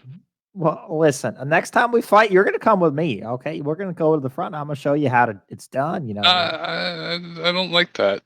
Well, I you feel listen, like listen. You give and take here. I don't like leaving her here not safe, and you don't like fighting. So we have a little exchange we could do here. You understand? But see, the point is that you're still trying to force your will on people's, and I'm trying to say you're let trying to people force be your will people. on me right now. So. No, I'm just humbly asking you. I am not forcing anything. If anything, my actions speak other than anything that force. Listen, we'll see what happens next time combat starts. But you're coming with me, buddy. I would rather not. Well, I would rather not leave her. So all right. Well, we can go back to town. We'll see if this sealed letter. Do we want to read it? See what she says. I don't say anything.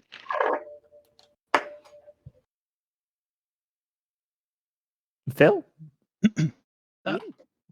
Phil and Eadi roll intelligence checks. Just straight intelligence. 19. Phil?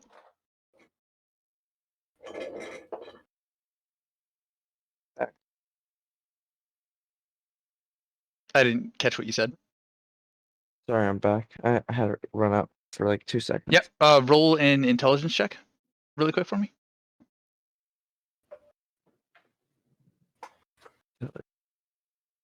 Just a D20 and add your intelligence modifier. I thought that was a 1. Oh, thank God. Okay, it's a 7. Okay, 80. You figure that this is probably sealed for a reason, and if you break the seal, it would be less convincing.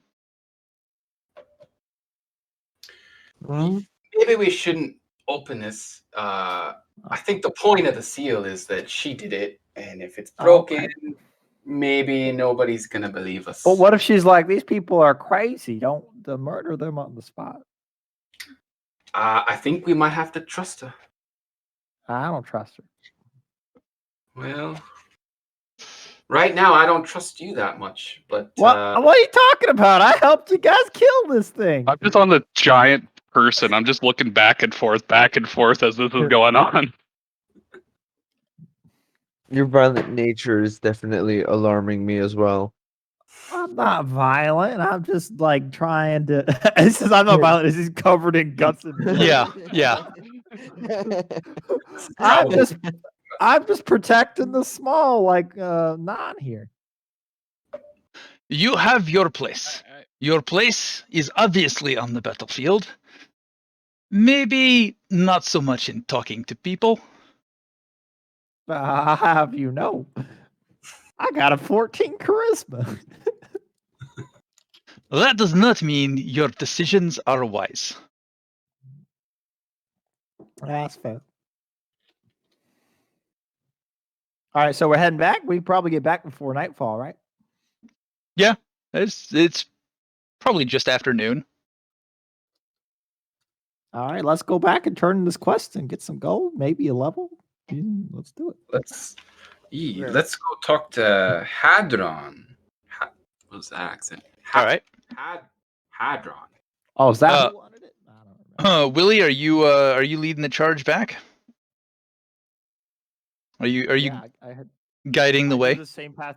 Yep. I did the same path last night. So. Yeah, go ahead and yeah, you've done this twice before. We'll say that you lead them back with no problem. It's not that far. Nothing eventful happens along the way. And you guys arrive back in town. I do want you, however, as you enter town, I want you to roll me a perception check. Oh. Everyone? Just Willy. Okay. Damn. The one time I want the roll. I'll notice it. Yeah, nope. You fail to see Brent as he scurries around a building away from you. Does Brent see? But like, even if I does Brent saw him, I see want to me know who with he the is. manticore head. You didn't see shit. I gave you too much already. I hope he saw me with the manticore head and he understands. Oh, he saw you at least. Okay. That is noted. Yeah, so where are you guys headed? I will put you guys back in the Phandalin scene. We got to turn the quest in, right? To Hadri, was it? So I remember speaking with Hadron, so I should know where I'm going. You spoke with Hadron at the Townmaster's Hall. The Townmaster's Hall is straight up the Miner's Trail that you are currently walking up until you get to a fork in the road. And it is a big red house. Like I said, you were just in there last night. You walk up to it. It's where the job board was. You go inside. Yep. All right. On the ride, along for the ride. There is no Hadron. Okay, I'm gonna find the person who looks like they're in charge. There is that same guard with the shit-eating grin. I gave him your note. It was beautiful. He almost shit himself. What? You gave him the note? Yeah, the note you left. Oh. Well, I want to show him this, and I pointed the manticore head tied to my back. That's a beautiful trophy. He told us about what you said. He didn't believe a damn word of it. Well, I got proof now. I went back and finished them. Yeah, My well, buddy's here. Brent's a fool. He I chuckles to himself. Listen, mate, we've got this manticore head over here. We'd like to turn it in. We'd like to collect. We Right. talked Yeah. about Yep. Dara. If you're turning in a quest, Harbin, when he heard about the dragon attack on that caravan, he's sort of decided he's not gonna leave his house anymore. So you're gonna have to go find his house. And he gives you some rough directions to where Harbin's house is. If you just go, it's just down the road a little bit. 2 houses down on the left, it's blue. 3 houses. Sorry, 3 houses down. Okay, blue house. Got it. Yep. So anything right else? now you guys are right here. This is the town master's hall. This green dot, and Harbin's house is I right can't over here. see. I don't have a token. It's all black. Yeah. We have no tokens. This should be global vision. So let me fix that. I can't see anything. Global vision. Yep. Pure black. Bloop. All right, you should all see. There we go. Yep. So this big green dot is where you are right now. The little green dot over here is where he's instructed that his house is. Holy shit! Anyone else see that giant green blob over there? Holy shit. No one does. All right, thanks for the info. And I'll start. I'll tell Brent you're back. Yeah, tell him I'm looking for him. I got a present for him. Oh, I will. He's coming adventuring with us next time. So Oh, I would love to see that. All right. Are you guys on your way to Harbin's house? Yeah. I'm just riding wherever big man takes me. I've got you. Don't worry. I will protect the Like- smalls. I pat his head calmingly. He's into it. Yeah. Does he have hair? No, he completely bald. Some tribal tattoos go over his head and down his neck under his clothes.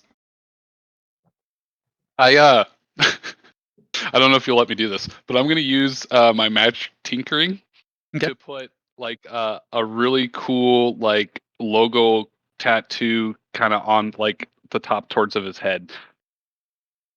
Yeah, sure. What does it look like? It looks kind of very tribal. Okay, so you're just adding to his tribal tattoos. Well, we just killed a manicore, so I give a tribal image of a manicore just stuck in between his tattoos. Okay. He has no idea that you've done that. He just feels you patting his head. He can't see his own forehead, so yeah, you do that. Everybody else sees it who looks for it, if anyone wants to look for it. As you guys walk over to Harbin's, it's a short jaunt. Huh. Is anyone going up to knock on the door? I'll go up Yeah. and knock on the door. Okay. All right. Yeah. Hey, Like hey, half dozing. Harbin, we got a letter for you. If you're a dragon, know that I am far too thin and bony to make a good meal. Well, I'm not a dragon, I promise. I don't believe you. We do have a dragon with us, but he's friendly. Yeah, see? No. Get out there. I'm gonna interject. Harbin, it's me from yesterday. Remember, Eadi, you told me to get some adventurers to solve your jobs. We're here for that. We don't want any trouble. Okay, Completed well- one. All right, that's good. Which one was it? You see, we went to bring Adabra back, and Is she here? could you open the door? Oh, no. That's not gonna happen. Well, you see, the thing is, Yeah, she wouldn't come back with us, but we have a note. She told us you would know what she's talking about. All right. Slide it under the door. Okay. I Oh, okay. I'm gonna. No, you had the note. Okay, I got the note. I'm gonna slide it under the door. You hear a squeal. Oh, okay. He takes the note. You hear him through the door. Unravel it. Read it. As this is going on, we're waiting. I like turn over to the big man. I'm like, why is everyone as scared as me here? Probably because of the white dragon that's moved in. Well, listen, sir. If we were a white dragon, we could have just busted the door down. Like, I don't know how that door makes you feel safe. Listen, fool. I am not coming out there with a dragon in the area. I don't care. I don't Can we come? care. No, you cannot come in here. You cannot. You said you had a dragon with you. No. I will. Okay, I will can take we- this note. I will take this note, and I will pay you. Okay, you're gonna pay me. Oh, well, let's pay You hear some coins jingling, and then out from under the door. 1, Jesus. 2, 3, 4, It's- 5. It should be 25. All the way up to 25, one by one. He just throws a single gold piece under the door until he gets to 25. There's all five right. of us, right? You've got your money. Now go away until you finish something else. Okay. There's 5 of us, right? So that's 5 gold each. It is, my friends. I am here to see a glorious friendship being built. You may split this amongst yourselves. All right. I have plenty, and he pats a coin purse. Oh, The big guy okay. hand me 5 gold. Yeah, he will. So we each get 6, and some will get 7. I Okay. think we give the extra gold to Edry because he killed him. So Cool with that's fine with me. I am Oh, happy to cool get with what that. I get. So as we're all divvying it up, I'm assuming that Harbin is still at the door, and I'm not talking to him. I'm talking to everyone else. I'm just speaking loudly so he can hear me. Okay. Like, I knew this Harbin guy was a coward, but for a town master, I thought he'd be a little bit more bold than this to hide in his house. You got nothing. There's no reaction whatsoever. I would think so too. I thought Town Master was some kind of wizard when I first came in, and it wasn't any kind of wizard. So So Eadi, do you want to describe to everybody what he looks like hearing that, or are you just gonna let it go? Me? You would know that he is a not a very tall man, and he's very wide. He's portly. He's like a middle-aged banker type, kind of snooty, kind of snotty. If you wanted to relay that to Willy over there to alleviate his interpretation, that is entirely up to you. But you would be the only one who knows what he looks like. I met him yesterday. He gave me a free night at the inn, but other than that, he's kind of an asshole. I see it. I understand. and I scream I- out. He's also a racist. Okay. Can I ask the question No, here? he nat one his perception check. He didn't hear any of that shit. What's your question, little gobble man? He is town's leader, yes? Apparently. He lead town? The Town Master, or whatever the hell that means.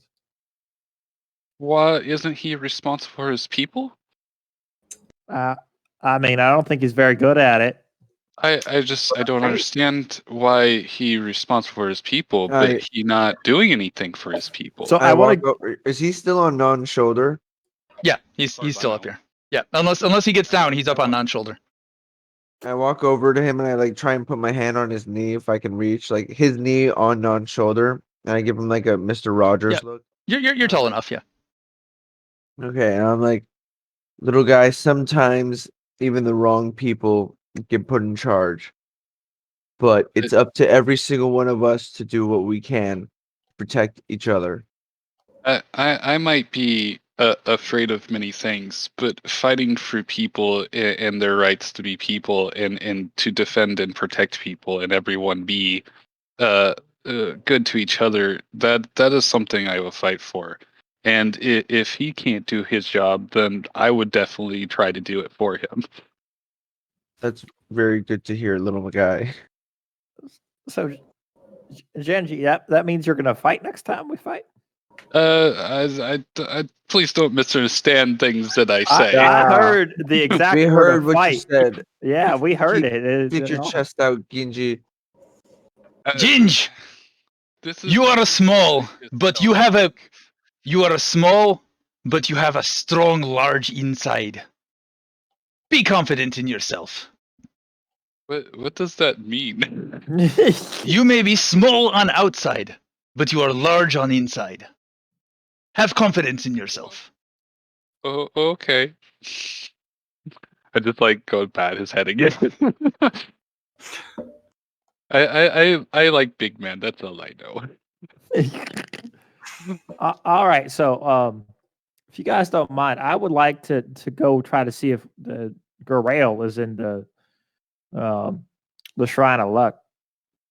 Oh, Good luck! treat. What you say? Luck? What is this It shrine? is there's a Shrine is of Luck that? in town. Apparently, there's like a wizard lady named Garail. Is she a powerful wizard? I think so. I would like to see this luck I shrine. have, I have think we should questions. go there. Let's go. So yeah, let's go to the Shrine of Luck. How far is the shrine? It's in the center of the town. So if you go back up the road, the shrine is right here. Okay. Okay. So there's no like time to like have conversations between each other. I mean, you can have a conversation as you walk over there. It only take you like 5-10 minutes to get there. It's not very far, but you could have a chit chat on the way. Okay. No, I'm just asking. All right. No, let's go. Okay. So you're just walking over there. Yeah, we get there. So this is the town's only temple. It looks like just a collection of stones that were probably pulled in from the nearby ruins that you've seen on your way in and out of town. It is dedicated to Phil, go ahead and make a religion check. No. Okay. So that. If this is a shrine of luck, is this something that I also would have heard Oh, I about? think I got a nat 20. Potentially, but So I got- Barnaby, Phil pops up with the information before you get a chance to think about it. Dude, that's my first nat 20 in D&D. That's cool. Nice. You know that you recognize these markings and the setup of the shrine instantly. This is a shrine dedicated to the goddess Timora. She is a goddess of luck and good fortune. It's not a great elaborate shrine. It's more of sort of a cobbled together sort of thing. It's not like a big cathedral. It's pretty small. Currently, you don't see anyone around tending to the shrine. It does look like it's tended, but maybe it hasn't been taken care of for a couple of days. Is So there I'm anyone? going to go Go ahead. ahead. I'm going to jump off Big Man, and I'm going to just throw off any kind of protective covering for what I am, and I'm immediately going to use. I want to repair this shrine with my masonry tools, and I want to make this something much more respectable. And I'm going to use both inspiration points to do it. Okay. You only use one inspiration. It gets you advantage. So go ahead and roll a d20 and add your proficiency bonus for your masonry tools. So that should be a d20 plus 2. Okay. So 11 is first roll. 12 is the second roll. So 14 total. Okay. You guys. My proficiency is plus 2. Yeah, it's plus 2.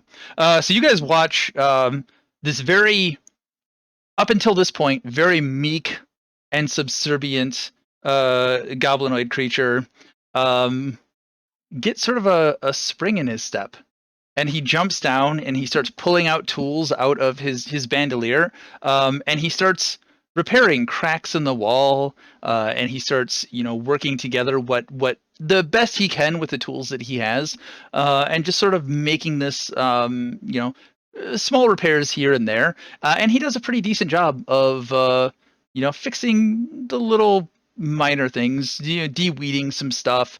Like I said, fixing cracks in some of these stones. These are very old and ancient stones, though, so there's not a whole lot that can be repaired. But it definitely looks better after he's done. When I'm done, I walk up to the middle of the shrine, the centerpiece. I take out my sheath and I pop it open,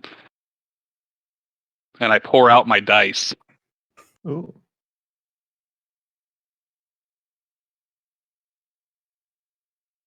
And I put them on the center of this, and I kind of like bow. I don't necessarily pray, but I'm like paying respect. Go ahead and roll a religion check. I mean, a shrine of luck and dice. That sounds pretty related. 12. 12? Okay. Yeah, noted.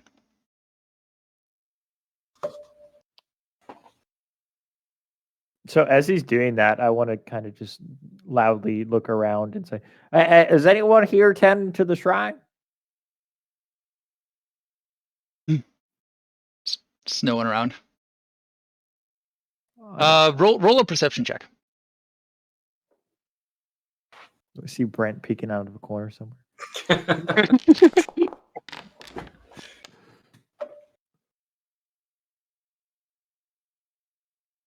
Was Yeah, that a 10? You catch a passing just a person from the town. Ask them about the shrine, and they respond that no, she's been out of town for 3 days now. She usually does this. She'll probably be gone a week or two. A week or two? Yeah, I mean, she goes up to Neverwinter to I don't know what she does. No, I mean, she might not even be in Neverwinter. I just see her go that way. Well, dang. All right. So that's somewhere we might want to go. Okay. While this conversation's going on, I pick up my dice and resheath them. Okay. And stand up and get back on big man. You've blessed your dice. He picks you up, puts you on his shoulder, and sort of gives that protective hand over your leg to stabilize you.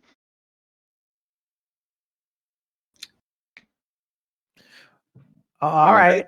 So at this point, no one here. It's getting to be evening. It'll probably start to get dusk soon. I'm tired. You got probably hour or so left of daylight. So, I mean, I think it might be nice to find a shop. We could maybe sell this Manicore head and whatever you guys got from the Manicore. I would like to show it to Brent first, but nobody got anything. You grabbed the Manicore head. No one else did anything. I told him to get the specs. You did. You did. He did say that. He did, and nobody did it. Yeah. Do anything. Yeah. I mean, I was currently taking a nap, so. I thought we were taking trophies, and I didn't want to participate in that. But if we were going to sell them, then I would have been okay with it. What is? For next time. Did you openly say something about Brent? Yeah. Or were you saying that OOC? No. What is this Brent person? He's one of the guards here. He's got real potential as an adventurer, and I'm trying to help him understand how to adventure better. What does he look like? What does he look like? Shadow. Average build for a human. He's one of the militiamen. Probably dusty, dirty, blonde hair. Average-ish looking, not super great, not super. He looks like a country bumpkin guard. Blue eyes. Is that what he's? I'm assuming that's what you're relaying to me at this point. The description. Yeah. You would recognize the description. I ask if it's okay. Big man, is it okay if I stand on your shoulders and look for this Brent person? Me? Yeah, of course. Is he big man? I thought He's a big man. Yeah. I am No, a big man. I'm talking about big man. Non. I forgot what his name was. Non. Non. Yeah. Yeah. Non. I'm asking Non because that's who Yeah. I'm currently residing on. He helps you sort of stand up. I stand up and I stand leg on both shoulders, Alright. and I look for Brent. Roll And a I do perception vaguely check. I do vaguely remember Brent from previous interactions. I don't think that it was Brent. I don't remember what name I gave you, but it's more interesting if it was Brent. So I'm gonna roll with it being Brent. Yeah, go ahead and roll perception check with advantage. What? Everyone's met Brent. No, you did not met Brent. You met shit-eating Grin dude. Oh, that's who it was. Yeah. So, I also just, even though you're a gaming advantage, I'm still going to add this too. I'm going to use limited telepathy as well within 30 feet to scream out Brent, to see if I can get him to react and see if I can see the reaction. He's gonna run. Okay. So I got a 13 total. Or wait, plus perception, so 16. Okay. Brent is not within 30 feet, so he does not hear and freak out. But you see down over that way, towards the north end of town, over by what you know to be Barthen's Provisions, where you initially met him. He is on that patrol path. Well, let's go get him. I owe him some gold anyway. So I'm looking. I look at and I point. I go, is that Brent by Goods Store? That's where I met him before. It makes sense. You did not meet him there before. You met him at the south end of town coming in. I met him on the other end of town. Yeah.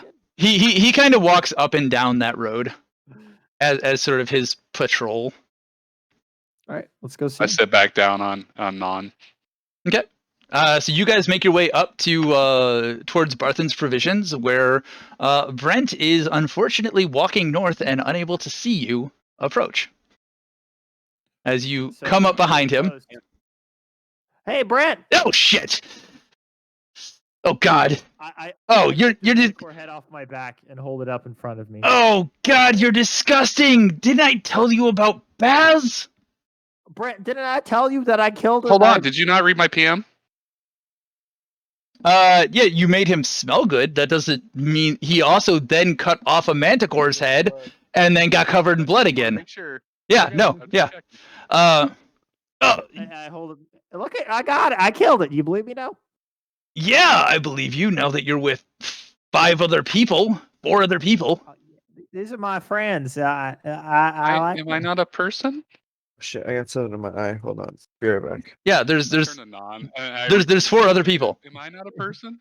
There's Eadi, there's Non, there's you, and there's Phil. That's 4 other people. For some reason, 4 other people. Yeah. Listen, I'm I'm not too good at math either, but I got an abacus. But No, I take that back. I'm just being dumb. So Brent, Oh, how much gold God. did I end up expending you? You son of a bitch! You spent No. you spent a gold. I said I'd get. I give him 2 gold. The hell is this? What? That's to pay my debts and to show that I see you as a friend here, Brent. Oh, okay. Yeah, Y- y- I intended to pay you back, so don't call me son of a bitch. I'm a good guy. I just kind of like softly snicker. Hopefully, no one else can hear me. That one. No, he didn't hear you.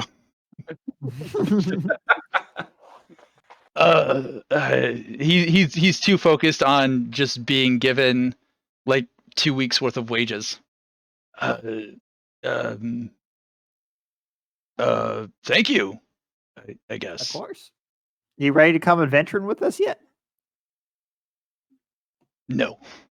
The missus has already got my balls in a sling over the tavern tab.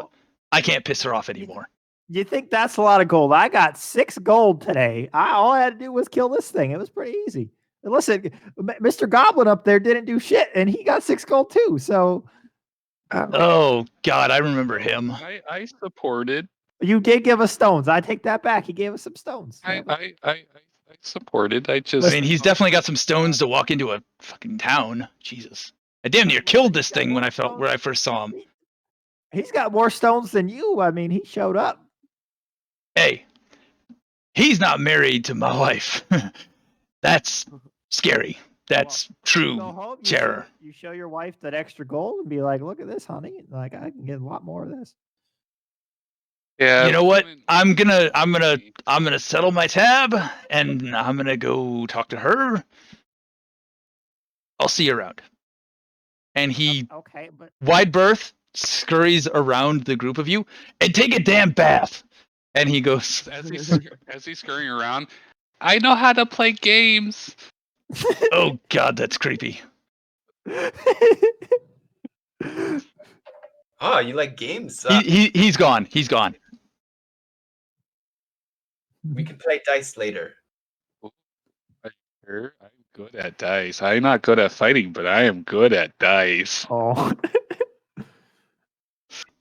Now that you guys have traumatized a town guard, you are outside of Barthen's provisions. We gave him like 2 weeks' pay. He's not traumatized. Yeah. You've done nothing but traumatize this guard since you got here. I Once gave it him, wasn't me traumatizing somebody. I gave him 2 gold. You did give him 2 gold. He's very thankful. He's rethought his opinion of you, but you are still covered in blood and gore, and you're traveling with a goblin, and now you have this giant Goliath with you, and a dragonborn, and a tiny little gnome. You're a very weird bodily group, and he's very off-put. He's not used to this kind of chaos in his life, except for from his wife. So just wait, he'll come around. He'll find out how freeing chaos can be. I hope so. I want him to adventure with us. He seems like a nice guy. He's a guard. Guards give me trouble. Oh, then isn't that more reason to have one on the inside? You know, like I mean, maybe.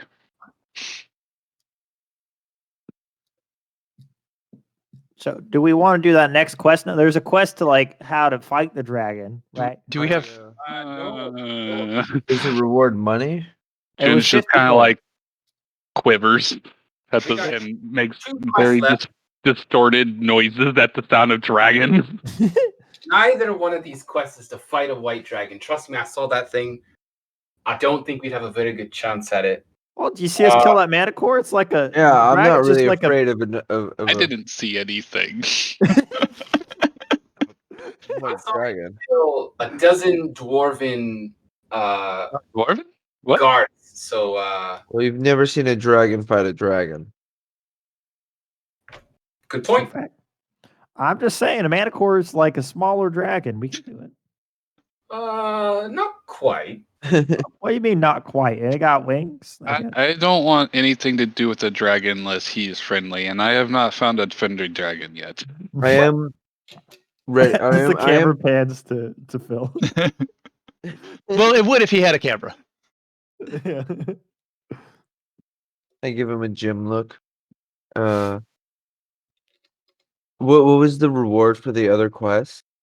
There's 50 The gold each. non-dragon killing quest? Both the reward for both of those quests were 50 gold each. And the quest was not to kill the white dragon. It was to go. One of them was to, I believe, go talk to the gnomes and figure out weapons to fight the dragon. And the other was to go warn the dwarves at the excavation site. You Well, you said something about dwarves. What about dwarves? One of the Eadi will. Yeah, Eadi can recount. Dwarf prospectors found ancient dwarven ruins in the mountains southwest of here and have been working on an archaeological dig seeking treasure and relics. They need to be warned that a white dragon has moved into the area. Take the warning to them and return to Town Master Harbin Wester to collect a reward of 50 GP. And the other one was a clan of reclusive rock gnomes resides in a small network of caves in the mountains to the southeast. The gnomes of Gnomeregard are known for their magical inventions, and they might have something with which to defeat the dragon. Get whatever you can from them and bring back something useful, and you don't want to keep for yourselves. Townmaster Harbin Wester will pay you 50 GP for it. Yeah, see, I'd walked So- in after all that was read, so when I hear him say something about dwarves, that's why I'm like, what dwarves? What about dwarves? So I uh, was okay. attacked by a white dragon in a caravan of dwarves, and everyone but me died. Master, will you check your PM real quick, please? Okay. And I'll speak to the group. I'll say I think there's no need to warn the villagers if we the miners if we just go out and kill the dragon. So why don't we go do the quest to get equipment that'll help us do that, or at least companions in the battle equip the I think I forgot who we're going to talk to for the magical know- equipments. The gnome. I like dwarves. Whoa, do you know names of dwarves in Caravan? I don't know. Oh, my him, caravan right, Eadi. are all Yeah. dead. Oh, that hurts my heart. Do you know Where are my what's family? Do you know what city? Your family. Well, I don't know. I don't normally share this, but I live with dwarves. I also like dwarves. Well, mostly. Speaking in Dwarven, where do you hail from, friend? Mithril Hall. Are you speaking in Dwarven as well? Not currently. Oh, okay. So Is this maybe Dwarvish? I was speaking. No, well, I answered I- you in my normal tongue, but I did understand you. If that Do I understand that language? You do not. No, I'm sorry. Yes, you do. I understand Dwarvish. Yes. Oh, I don't know what language you were speaking, but I know it apparently. Interesting. So we all have some connection to dwarves. What about you, Dragon Man? I am very familiar with Dwarvish. There are plenty of dwarves that dwell in my village back home. Do you actually speak? I Do you have Dwarvish? I know. You do, actually. Yeah. Okay. we all- So we all speak Dwarvish. Let's just start speaking in Dwarvish to each other. Like, That's If awesome. we ever need to speak secretly in screw public. common. We all know Dwarvish. Pardon me, friends. I don't actually speak Dwarven. We want it. No, I translate for you. Thank you. Thank you, friend. I kind of pat his head and I recount what the conversation was going on. Do you do it telepathically? It'd probably be faster. So yes, I use my limited telepathy to relay the translation. So I'm translating. Everyone just says, "Oh, I'll translate for you." And I just sit there patting my head. I don't actually say anything. Okay. I just give him a weird look, like, why are you patting his head like that? Like, what? It is fine. It is fine. And he just sort of goes along with it. He's really laid back and he's cool. Dwarves. I would like to help dwarves. Can we do dwarf thing? Well, let's do it. Yeah, I look up at the sky and notice that the sun is, not very high. Like, maybe we should stick to the town tonight. Let's try to offload that manticore head here. I don't want to be carrying that around everywhere. So did you guys rectify that conversation you were having about the Dwarven caravan? No. Oh. Wait. What do you mean rectify? I was just. I told them that my Yeah, family he died. told him. Oh, okay. Yeah, I agree. Let's sell the head, lighten our load, and increase our day's gains. All right. So where's the nearest store? Can we find it? You guys are standing right in front of Barthen's Provisions. It is a general goods store. Okay, I want to walk in. Okay. You are still covered in blood and gore because you have not washed up yet. I fall behind him, and I try not to actually stand behind him this time. I'm actually actively trying to present myself walking still behind him, but not directly behind him, so I am visible. Okay. Yeah, you know Barthen, so you're probably a little bit more comfortable here. Yes, that's hence my Yeah. demeanor. Also, I want to try to offset this because I don't know if Barthen knows this guy, but at least I know Barthen knows me. Well, he did leave you. Also, if I do happen to meet Barton in this situation, he recognizes the scent that I gave him because that's the same scent that I used on the doorknob. Okay. But he has sense. Since you gave him that scent, bathed in manticore blood and gore. It's magical scent. It just mixes. It's still there. Yes. So he's still smelling manticore. Like there's the manticore scent. Fresh manticore. The manticore gore is probably overpowering the scent that you put on there beforehand. Magic. No. If you wanted to reapply it, you could go ahead and reapply it. Okay, so as before I brandish myself visibly, I make sure that I sneak up and like stealthily pat him around, trying to All right, roll a sleight of hand check, and Willy, if you want to perceive that or do anything about it, go ahead and roll. I mean, if he did that, I wouldn't care. It's gonna be 10 total. Okay. Yeah. So I'll say Willy probably didn't feel it because he's not really caring enough to roll. So he doesn't care. Yeah.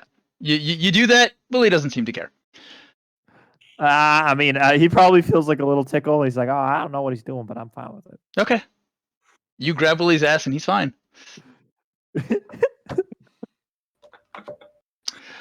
Yeah. Oh. My goblin friend. Whatever he's doing, I know it's positive. So. You're quite the mess. To kind of stay by the door. You. And you. He points to Phil. If you two could just wait over there. I walk forward and I hold the head up and I put it on the table. I ignore him telling me to stay there. Oh. Do you like want in the middle of the room. What? How much you give me for this? He looks at up and down like oh god. Oh. Looks at the teeth. I guess I could do something with this. It's a manicore. Yeah.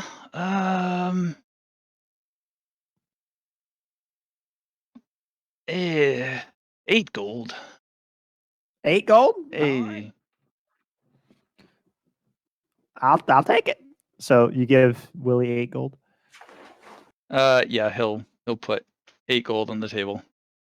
Okay, I give 3 to my goblin buddy because he helped clean it up. So I didn't help. The goblin buddy didn't do that. Oh, you didn't help. Eadi did that. Eadi did that. I give 3 to Eadi then. Ander, this'll come take this out back and get it prepped for processing. So as he like removes the head, I like run up and I hop and like sit down on the counter like right next to him. Hi. Hey.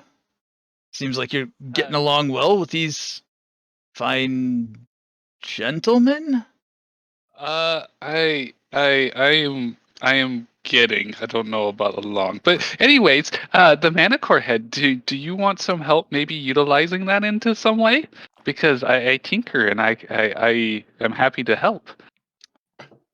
If you want to.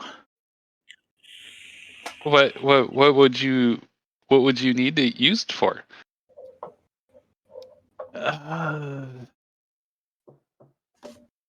Processed, broken down into raw ingredients, hide, eyes, teeth, whatever meat is available. Just raw ingredients broken down that can be sold to various individuals. It's not something we typically sell here in the shop. As you can see, we're just a general goods shop. But there are contacts I have that I could sell some of this to. Oh, that that kind of thing isn't really my expertise. I was thinking more like if you needed sculpted teeth or gilded bones or some kind of, I don't know if it's poisonous, lace things with poison. That's more my He gives you a curious look at that last poison comment. No, I don't think that I need anyone poisoned.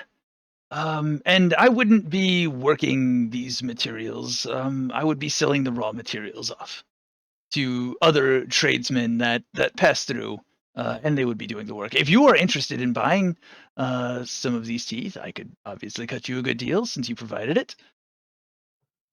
Well, I didn't really provide it, but no, I was just trying to help because this I like this place. This place is nice, but yeah, he kind of Thank you. like plop back down off the counter. But unfortunately, that's not my expertise. So I'm sorry for unavailably being able to do anything with it. That's quite all right, little one. As you guys are having this conversation, Ander and Thistle come back with a big rag and a bucket and a mop and another bucket, and one starts scrubbing down the counter of all the gore that is there, and the other starts mopping the floor up of everything, and just sort of not necessarily being like get out of my way, but kind of being get out of my way in a very passive aggressive sort of way to Willy. Weeping towards his feet. Yeah, pretty much. They're very young clerks. They're not very old, probably upper teens, lower 20s sort of age range. And they're kind of on the scrawny side. They wouldn't do anything overt. I very quickly and respectfully like make sure I wasn't even in their way, but I make sure that I get to the middle of the room and like I'm nowhere near the vicinity of where they're working. There's a bloody path of dripping head gore from the front in that is being mopped up. No, that's quite all right. We've got this. Shop and go, please. Just looking at you while mopping. Question. So for my maybe damaged Vito Extendo, do I need any materials to fix that, or would that just be like a maintenance thing? It's probably just a maintenance thing. And you likely have a supply of materials to do repairs on this thing. So you just spend some time with it tonight. Okay, Would so that be something that I could tinker with as well, or no? That is up to him if he wants to let you. I didn't know if there was like a class or a skill discrepancy. No, I think that Tinker's Tools just gives me proficiency when I tinker with things. Okay. Anyone could technically try to do it. Okay. I just want to be clear for future reference. Yeah. You guys have very similar interests, but you come about them from different ways. So right now, Ginge is on the ground, right? Not on. Yes, I'm in the middle of the shop, out of the way of them cleaning up. So I'm like eyeing a little bit over, like, and I like pull out a little tape measure, and I just sort of go over and like I'm just measuring him. You're measuring me?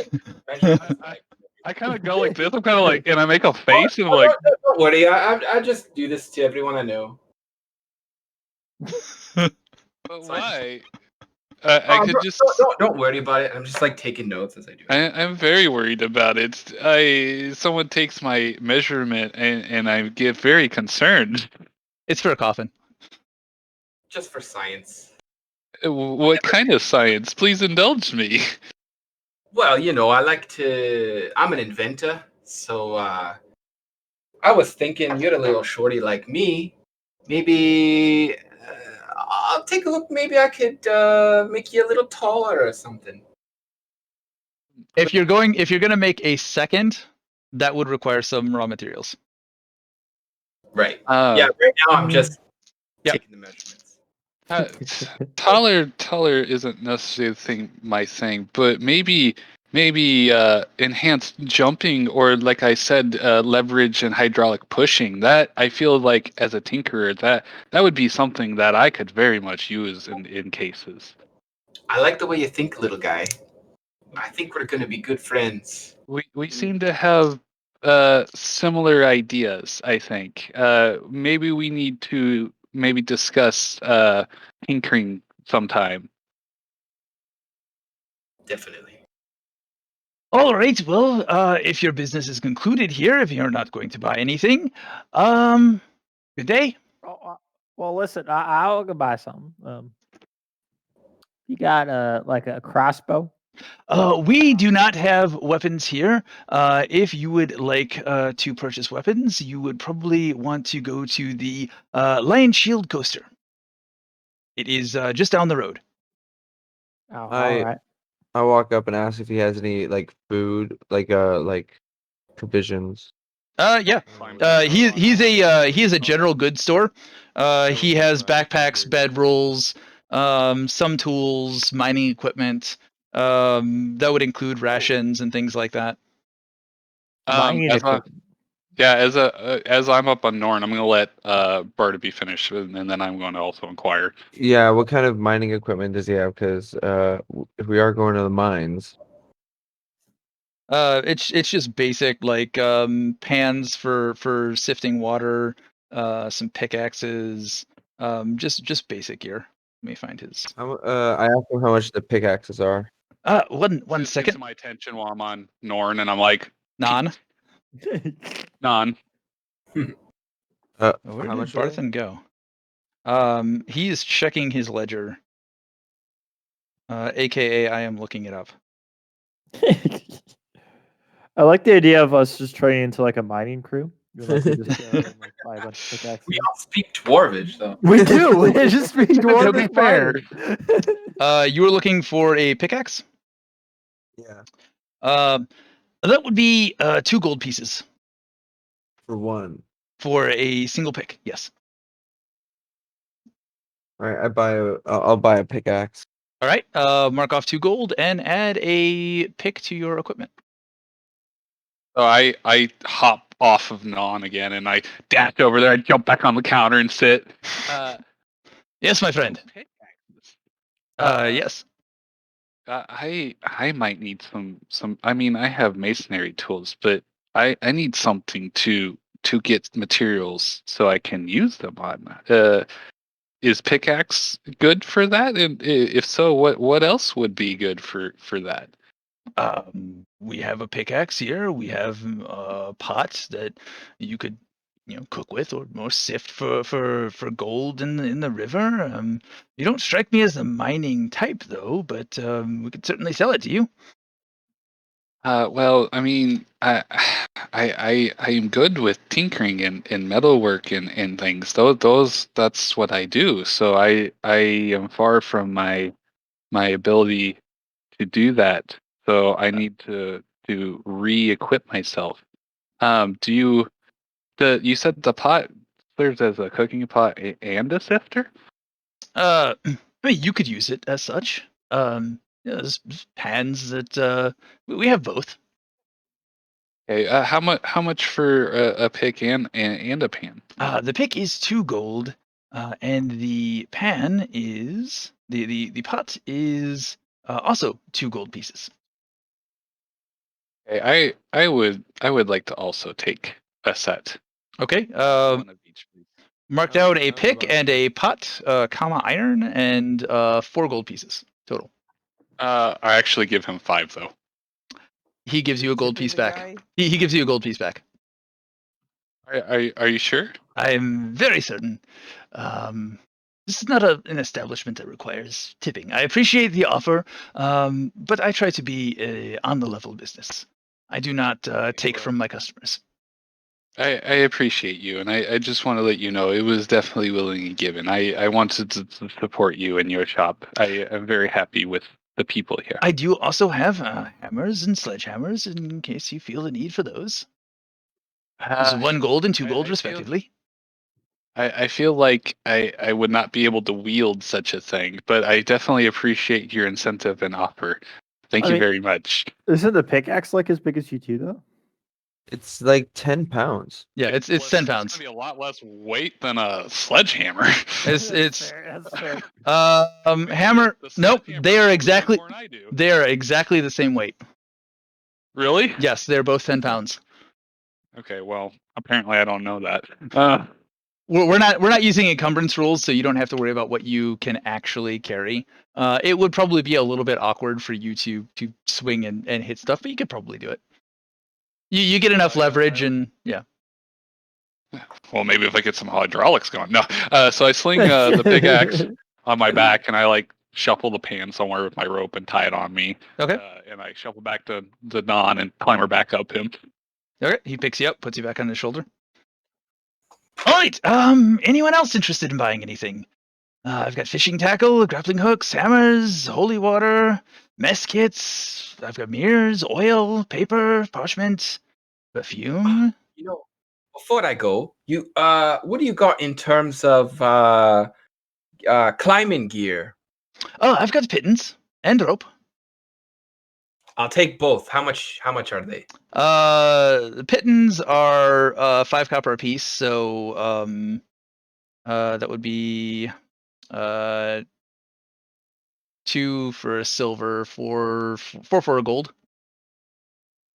And then the rope, you don't have rope. Apparently I don't have an adventurer's kit, so I have 2 different kinds of rope.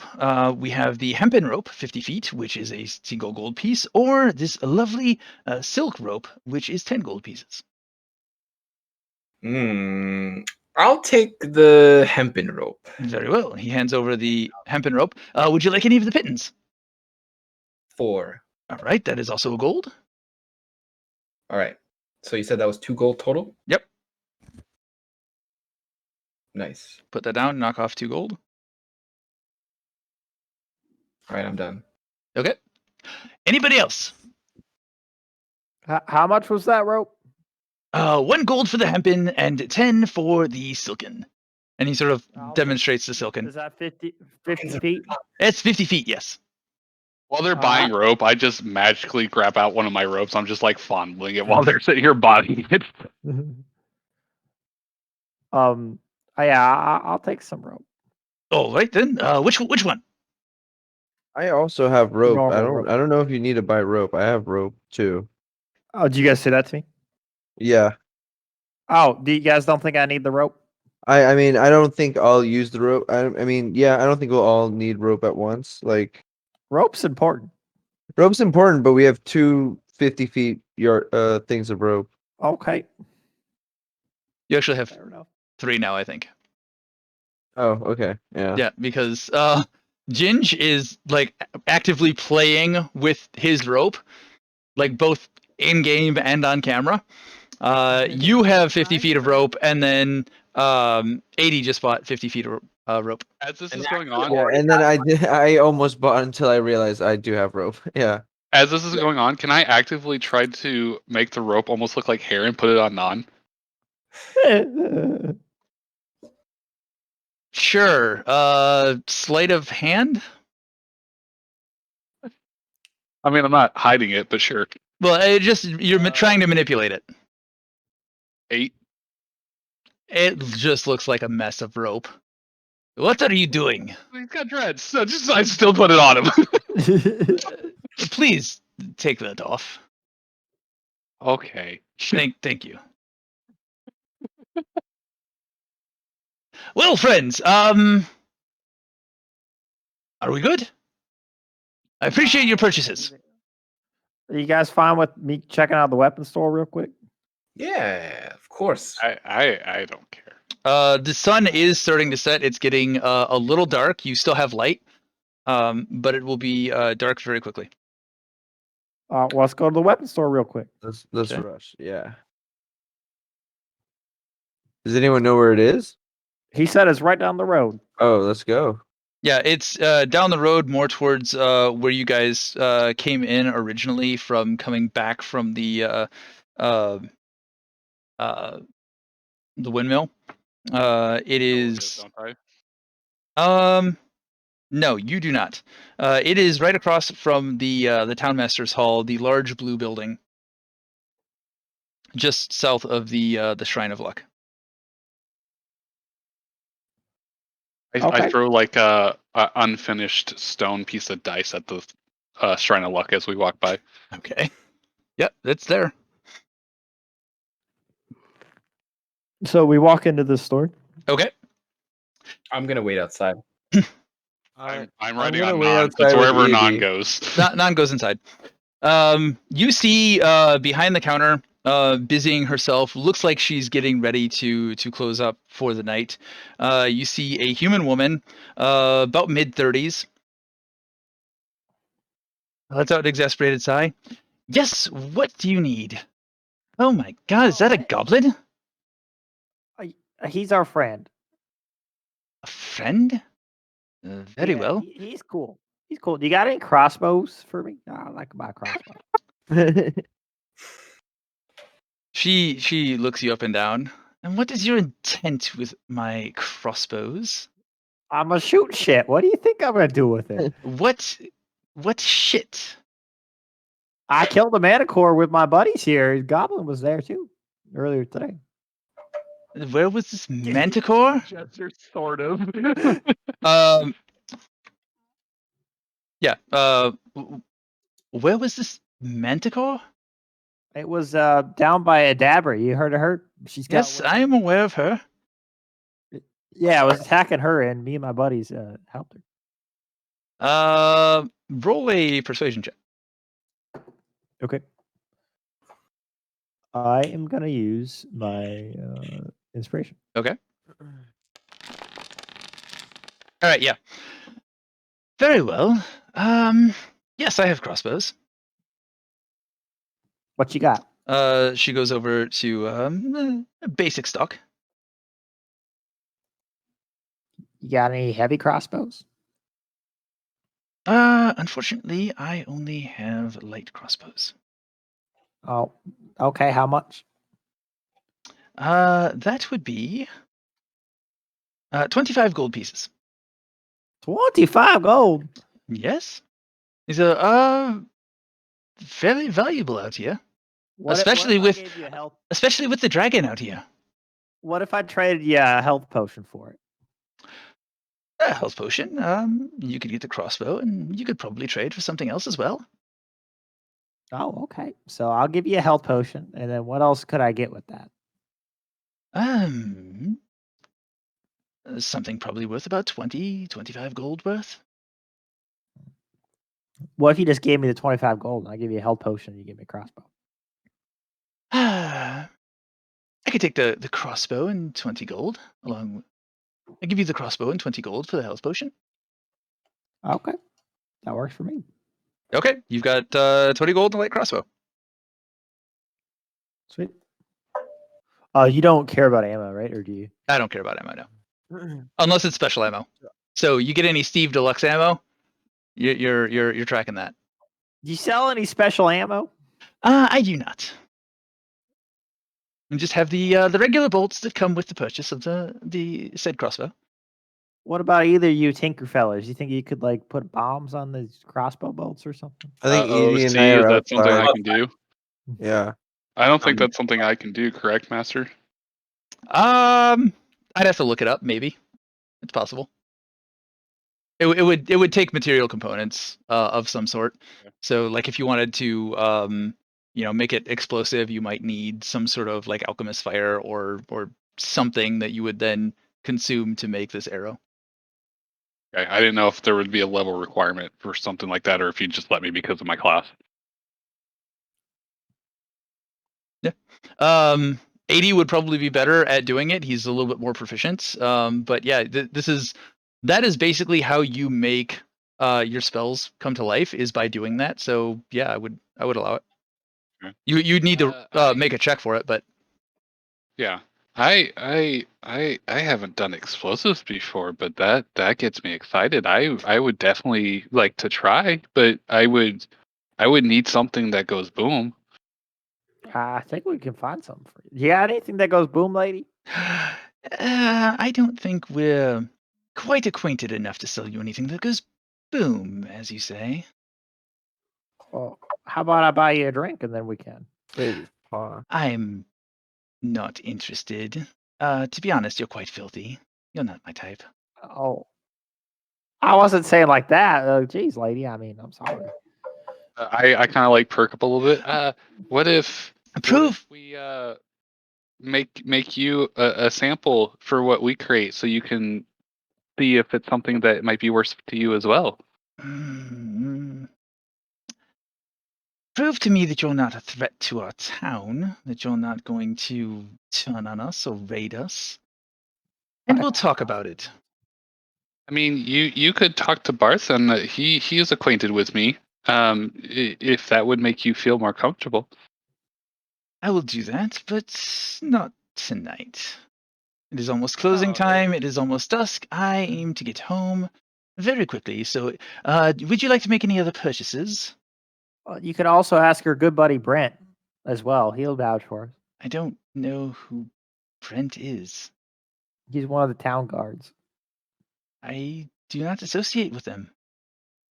Oh, well, I mean, if you're worried about the integrity of the town, I mean, you probably should associate with those people, don't you think? This is going on. I just like quietly in the background. Sorry for being in here when you close, and I jump off and I scamper back out of the store. Really, you travel with a goblin and you want me to think you're not dangerous to the town? You're lucky I sold you that crossbow. Do you see how nice that man is? I It's a mean, goblin. Of course he's lying. well, that's racist. Have you known any goblins? They're evil, vile little cretins. It's like Have you bringing a met- yeah. bugbear into town. Listen, I'll be honest. Like, I got the memory of like a 2-day-old. So, like, this guy, this is the only goblin I met, and he seems pretty chill. So, Right. Well, they're not chill. They're an evil little race of shits. okay. I mean, he's nicer than you, but I mean, okay. I'm not a very nice woman. I can see that. All right. I'm sorry for bothering you. Thank you for the crossbow and the money. So, You're quite welcome. Come back if you would like to purchase more. Hopefully after you've proved that you're valuable to the town. actually, wait a second. You got any magic items in here? I do not know. No, that's We are a small town. This is not Neverwinter. This is not Waterdeep. One other question for you. Do you know anything about Yes. Sister Gorel? Yes, she tends to the Shrine of Luck. The No, shrine to Timora. Are you friends with her? You know when she's gonna be back or anything? I'm not friends with her. No, we are most definitely not friends. She is indisposed at the moment. She probably won't be back for a while. Ooh, I want to roll insight on that. That sounded fishy as fuck. Okay.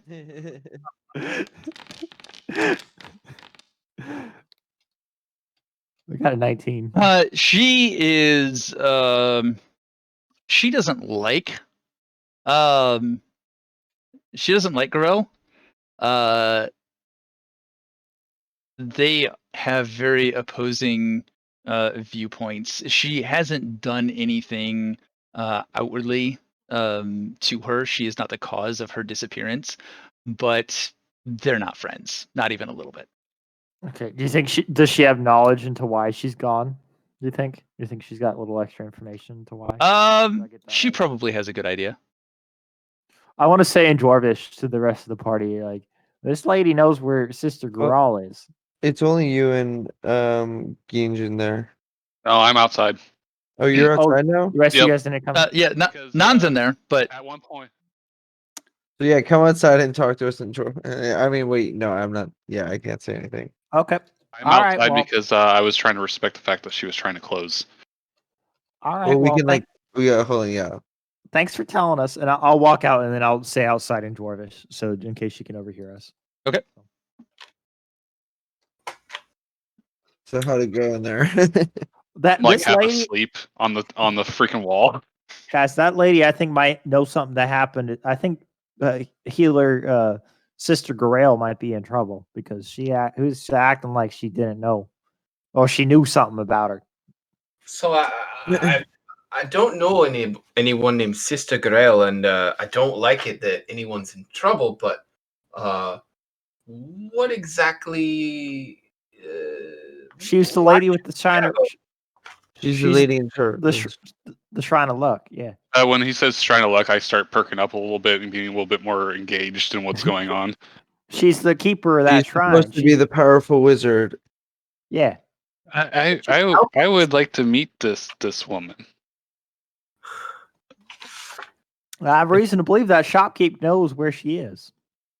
Well, maybe we can talk with her more tomorrow. But right now, I'm trying to not fall asleep. I say if she's in trouble, we can't wait until tomorrow. That's a woman's in trouble. There's if I'm exhausted, sense of urgency there, don't you think? Is this still all in Dwarven? Yes. Yeah. Yeah, if someone That's her just party like as a language. rule, like I don't want to have to say it every time. Like if someone speaks in Dwarvish, like I feel like I should just instantly respond in Dwarvish. Like I know why he's speaking in Dwarvish. Yeah, no, I just wanted to make sure that the conversation was happening in Dwarvish. I am responding in Dwarvish just because I'm so tired that I did the same reaction as his, but I don't always do that, so I am going to specify that I am also responding in Dwarvish. That's fine. I understand. Maybe we could I can't do anything. Corner if I'm her tired. while she's like we could like follow her home and or interrogate her. When she's alone. We might want to rest for the night, though. I kind of agree with Ginge here because that Manicore did a pretty fierce hit to me. You know, I could use a name. I could cast Lay of Hands on you. I mean, if you want, yeah. Yeah, no, I mean, I haven't done anything. I haven't done anything today except like a swing my sword once. It's getting pretty late, fellas. I don't know if we should be cornering some woman tonight. It seems like that would be a pretty ill-advised thing to do. Seems kind of rapey, yeah. But nighttime's the best time to do that if we're gonna do that. I like the people here. I don't want to be disrespecting them like this. And I get up and I start heading towards the inn. All right, Ginge is heading for the Stonehill Inn. I'm not against it, but maybe not tonight. Non follows off after Ginge because he needs to make sure that no one accosts Ginge. Protect the small. Yep, he's got to protect the small. No, I agree. We'll deal with it tomorrow. I'll listen to the group or adhere to the group vote. Yeah. Okay, so you all make your way to the Stonehill Inn, and you are met by cheery, happy, jolly Toblin.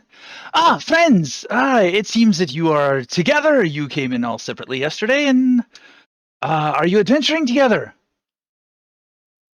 We are. That's great news, great news. Round of drinks for the new group. And he goes and he pours a round of drinks on the house, sets them down at a table. Come, sit, enjoy. Would you like any food, any dinner? I would like food. The drinks are on the house for a new group. Food you still have to pay for, as well as beds for the night. Can I How much trade drink for food? Listen, we had our first victory today. You're going to drink with us. I'll pay for that. How much is the food? I don't drink anymore. It causes me to have issues. You're going to be okay. You're going to drink with us, buddy. I'm going to politely decline. I'm sorry. I push the glass in front of me all the way. Like, I have short arms, so I just like reach all the way into the middle of the table. So it's about a foot into the table. Yeah, how much is food and bed? A meal is 1 silver. A room for the night is 5 silver.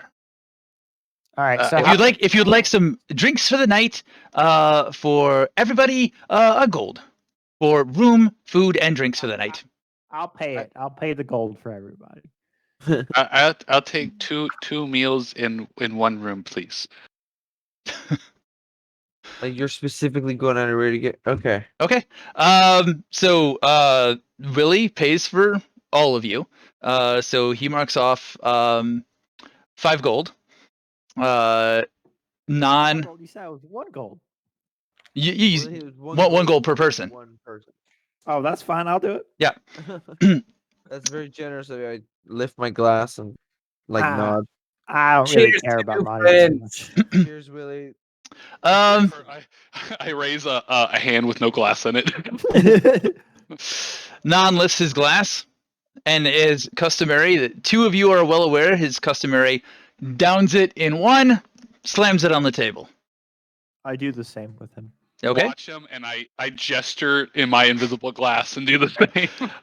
Anyone who's downing it in one go, con check. I'm not.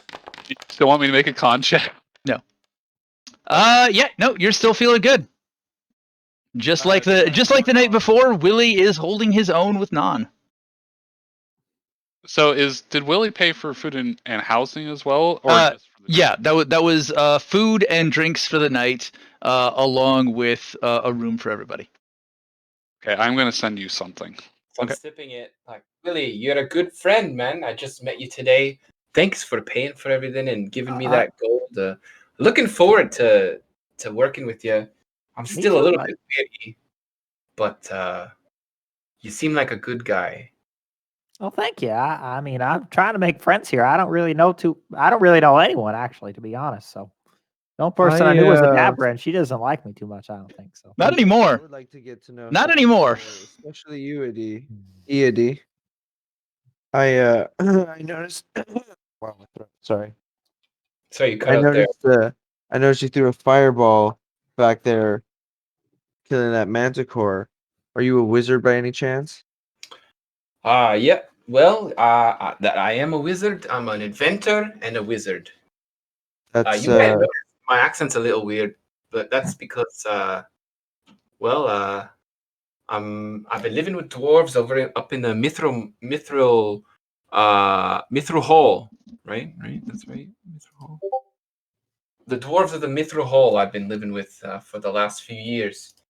And, Really quick, Willy, roll a perception with disadvantage because you're a couple drinks in now. Oh, is Brent here? Yeah, nope, I hope. you don't see anything. Oh no, Brent's here, guys. I switch into Dwarvish and I say, I did notice your accent. It's very good. It's very impressive. And I ask, what's it called? Oh yeah, I want to know if you know if you're familiar with ice magic. that's one school of spells I don't know anything about, but I love to learn.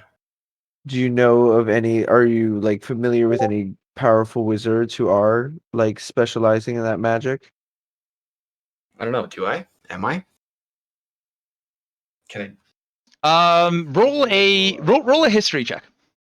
If you're trying to remember if you're trying to remember if you know anyone who is Oh right. yeah. So do a history check and see if you can remember anyone from where you're from. So while this is going on, I'm half listening, but I'm just shoveling food into my face. Just not even anywhere pleasant or anything. Just straight up, just face I don't into think we even food. got our food yet. 13. We'll say there's My food. So Okay. Toblин's brought the food out. Yeah. You've got food, you've got drinks, you've got room keys. Toblin has come out while you were talking and set everything down at your table. I rolled a 13 on the history. You don't know anyone who specifically focuses on ice magic. You know of some mages back where you're from that are capable of using ice magic, but no one who is specifically focused on that. So I don't know anyone who really specializes in the ice, but I know some people who can use it, and I could probably use it myself. But I did meet that white dragon, and he was pretty icy, if you know what I mean. Do I know anything about ice magic for this? What's going on, Master? We'll say also roll a history. Roll a history. Do what? Roll a history.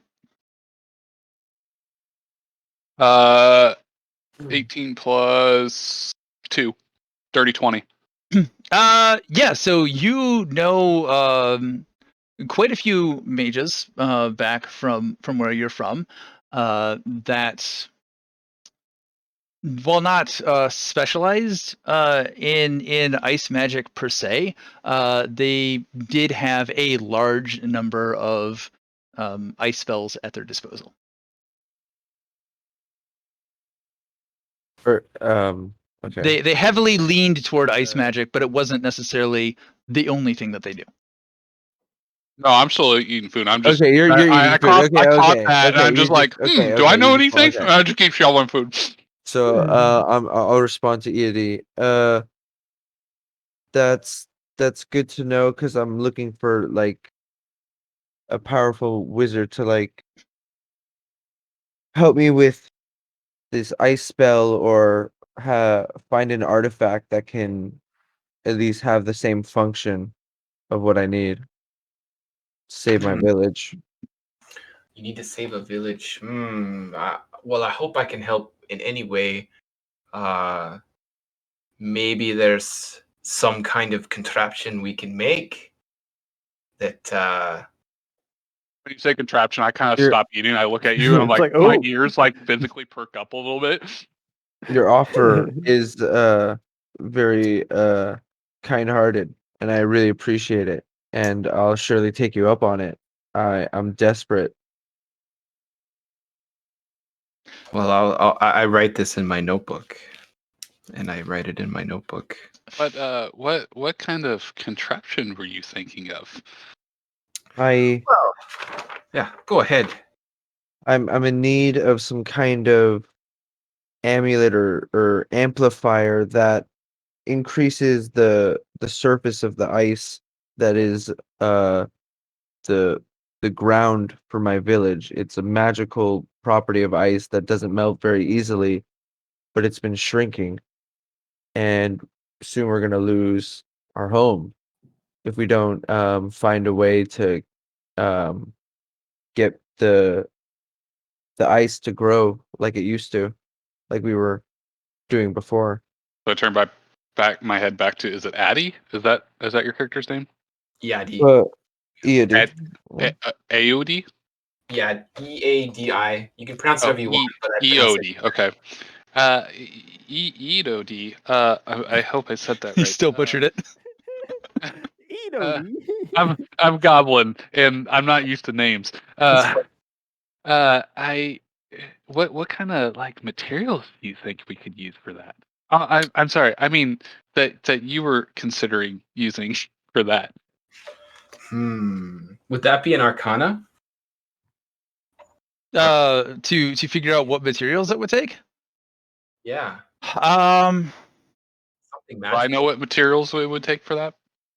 that would probably be coming up with something like that would probably be a series of checks, because it would be both your tinkerer knowledge, it would also be arcana knowledge, it would also be history knowledge of racking your brain of anything you could think of, and probably just raw intelligence. So if you wanted to start off with history, you could come up with if you've heard of anything similar like this before, and then we could go from there if you want.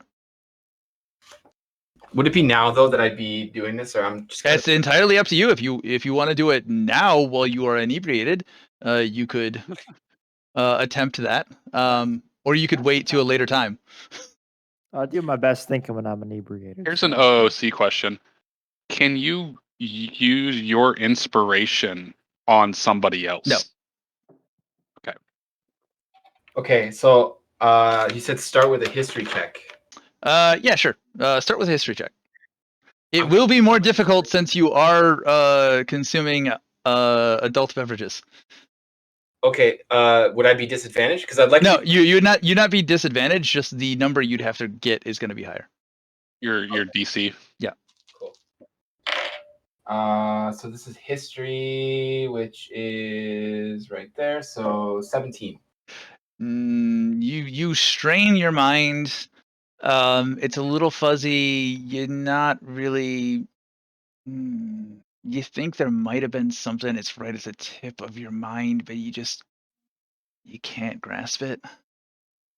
You can't think. You think that you'd probably have to come up with something from scratch.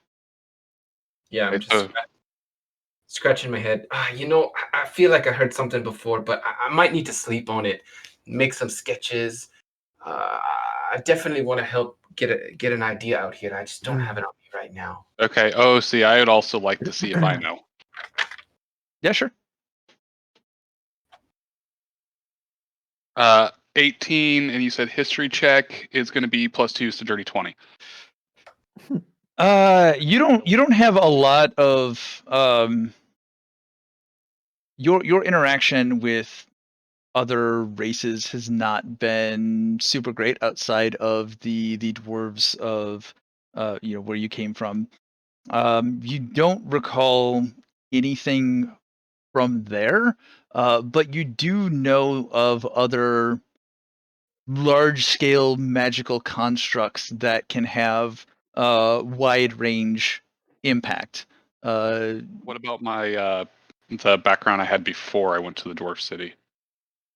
Would I be able to pull anything from that? No. There wouldn't be much in the way of weather impacting devices there. Okay.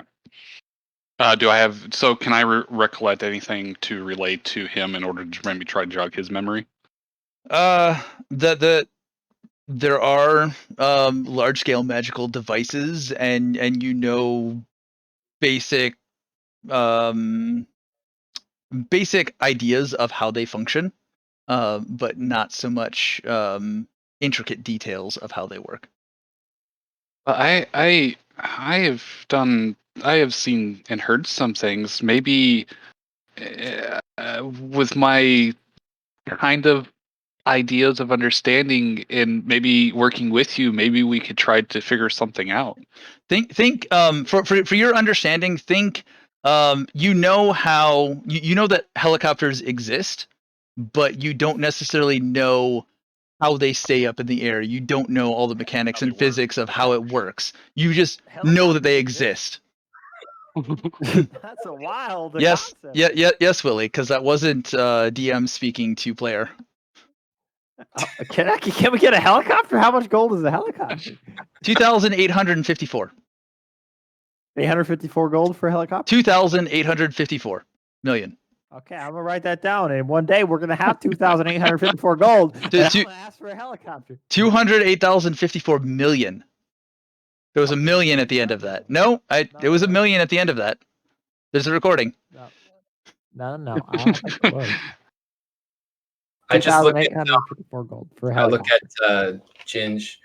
I like the way you think. Two heads are better than one. Maybe we can figure this out. And it's not something I've worked with before, but as I work with things, I learn fast and I understand a lot more. But I only have know what they do, not really what they're made of. That's why I was kind of asking what kind of materials, because I'm all excited and I wanna get into this. Yes, we'll have to think about it. Maybe sleep on it. All right. As the night winds down, you guys continue discussing. You continue drinking. You enjoy in the revelry of your first victory as this new fresh group of adventurers.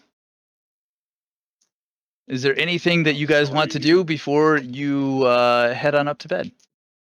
Yes. So before we go to bed, I'm gonna just shake Ginge, who looks like he's asleep.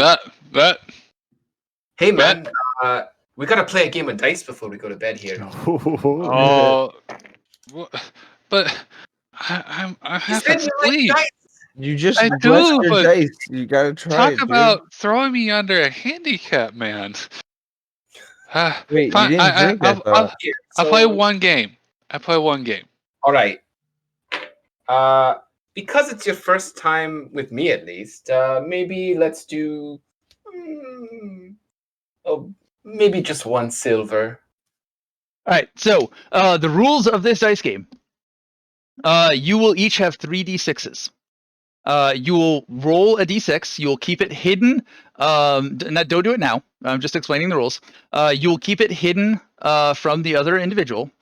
You'll roll your d6, and then you will place bets as if this were a poker game. So you put your money in at the start. You roll your d6, depending on what that is. You can either raise or stay, and then you'll roll a second d6. Go through the process again of either raising or staying. Roll a third d6, raise or stay, and that's where you will call. The addition of all 3 dice, whoever has the highest number at the end wins. Okay? Shale, did you get that? Yep. Okay. Yep. So Eadi is putting in a single silver. Oh, Has he rolled yet, or is this pre-roll? This is pre-roll. Annie? Yeah, this is the ante. Annie up? Yep, ante up. put a gold in. No balls, you won't. Well, I was going to before we had to do it more than once. I am going to put in. I'm going to ask a clarifying question here first before I do anything.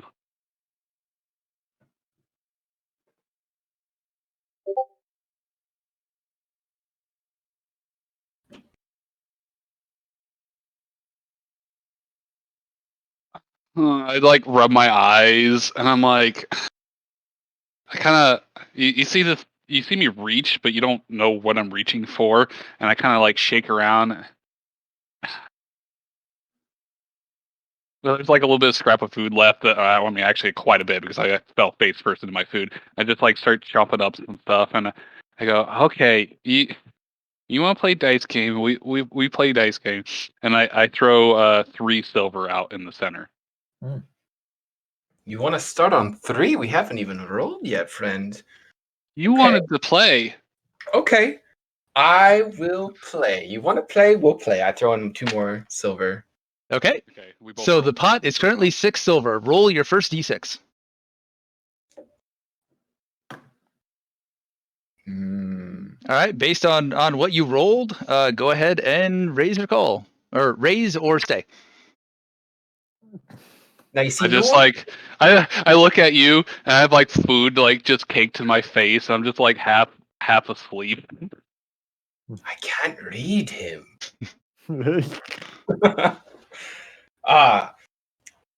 Listen, I'm gonna go a little easy on you this time. Just 2 more silver to stay in this game. I throw down 2 silver. I just look like even though I love dice, at this point I'm half asleep. I've had an exhausting day with all these people that I don't know. Fucking mana cores and shit. I just feel just disconnected from what's going on right now. And I'm just like I just reach into my pouch and I throw 5 coins out into the middle. Ooh. 5 silver. Yes. 5 gold.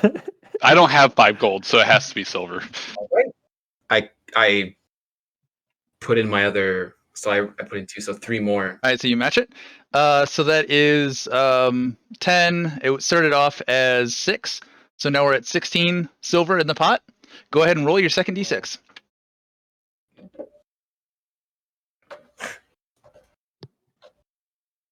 Listen, little friend, I know you're tired, but you gotta play seriously here. Like, you keep throwing in the money, I'm gonna take it from you.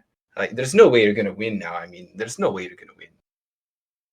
You should just fold right now. This is my demeanor.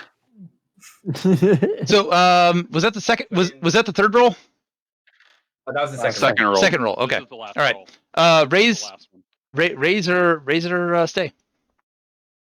I throw in 3 more silver. Okay.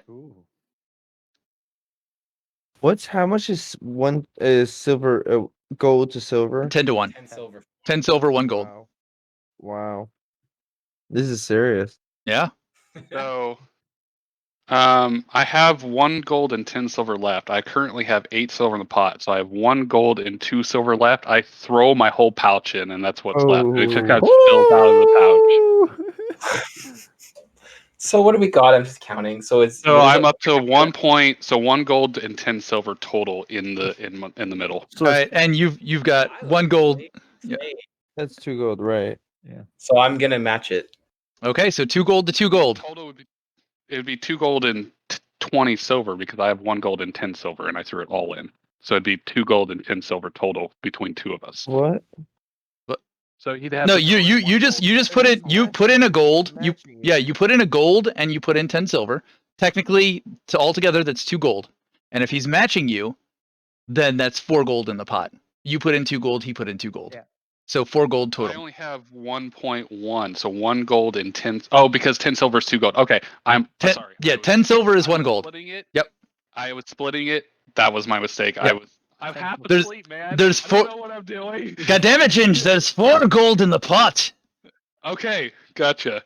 Where's Non when I need him? I need him to fucking keep me straight here. Eventually, Can I use eventually we'll probably inspiration stop on a using silver, but you're level 1, so there's silver. inspiration on a gambling game. No, No, you cannot use inspiration on this. You cannot use inspiration on this. Those are only for What? deep. I have it left. I'm gonna use it. Use it or lose it. You're probably gonna lose it. I tried. You wouldn't let me. It's got a point.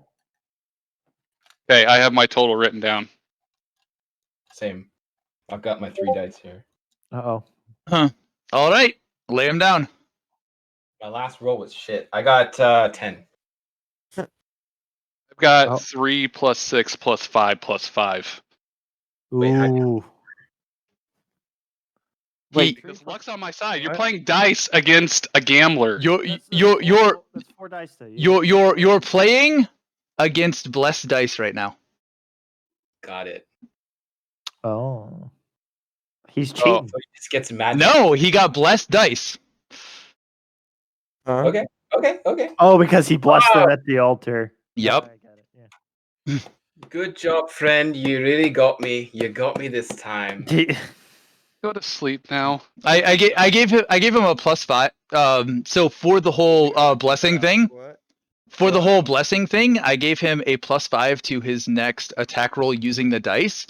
But this seemed more fitting to use it, so I gave him a +5 to his roll for this. That makes sense.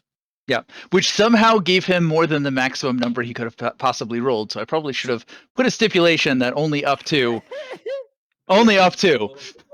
It's fine. Is it an impossible game over here? Yeah, there's no way I could have won. This was a bout of dice that was blessed by the goddess Timora. Mm. And a miracle happened, and he rolled something impossible. I mean, that's what the definition of miracle is, right? Yeah. There's that extra dot on one of the dice. A couple Yep. This is a 12. Crit. I got a 6. I got a crit. That means you get to roll another dice, right? All right. So Eadi, take off. What was it? 2 gold. Ginge, add on 2 gold. I'll get you next time, little friend. We'll have many. I've already walked off to go up the stairs as you're saying this. All right. So as Ginge goes up and takes to his room for the night, the rest of you enjoy your drinks for as long as you can hold your liquor, and eventually, one by one, you go off to your own individual rooms. You have taken up the majority of the rooms in this small inn. There are only 6 rooms, and you are taking up 5 of them. And that you guys will take your long rest and wake up in the morning, and you will all be level 2, and that is where we will end tonight's session. Woo! Congratulations, you have survived the trials and tribulations of level 1.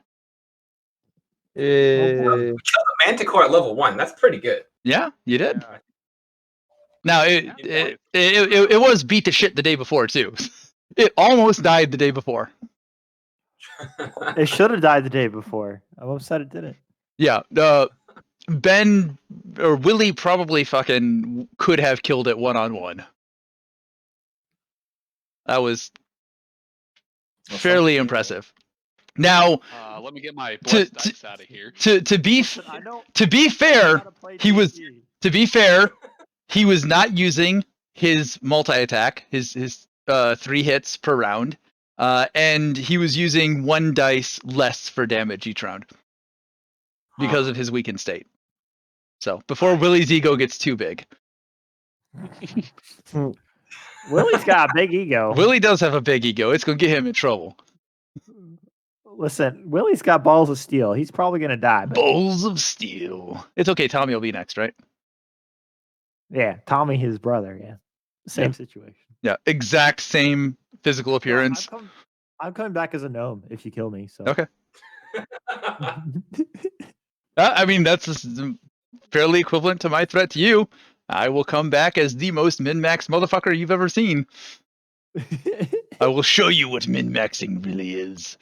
Just be a really obnoxious gnome, so it'd be great. So I might even be a gnome just to fuck with you. I love gnomes, so A min-max gnome. I'm fine. with that. Whoa. From With the goggles, I like.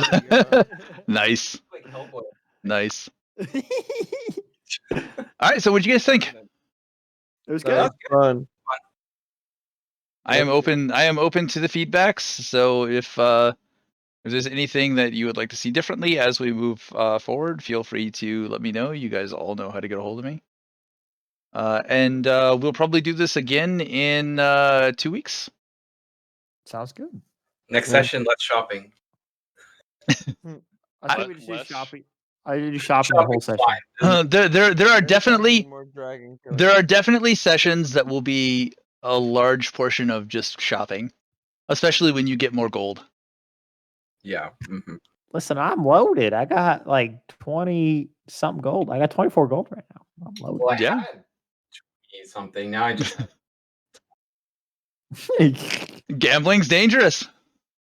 I tried to tell you guys to harvest things off the manicore. You guys didn't want to harvest things off the manicore. I tried to go to fucking bed. that was my bad. You even said it. I totally dropped the ball there. It's all good. Yeah, Yep. I was trying to sleep, and someone fucking rudely woke me up, so I just took all their gold. I mean, Was that the lady that screamed as soon as she saw you? Is that what woke you up when you started like this classic goblin? He's talking about stealing the gold. Yeah. I was talking about when he was playing dice games with me. Oh, I thought you were talking about earlier when you were napping during combat. Didn't I No. lose all my dice games in the first session, Shadow? You did not. Did I win one? You lost the first one and you doubled nothing, then got it back. Right. Oh, so you were playing games in your session 0? Yeah, that's where I got the idea for dice. I like that idea. See, I had the idea from the get-go, from before this was even a thing. Yeah, Like I even Yeah, that so full disclosure, that dice game is not my creation. I had just happened to watch an episode of Critical Role where they played that dice game. And I was like, "Oh, okay. I've got a dice game ready." Cuz he just like he's like, "I look to the guy next to me. Anybody want to play some dice?" Sure. Yeah, I've got a dice game. Okay.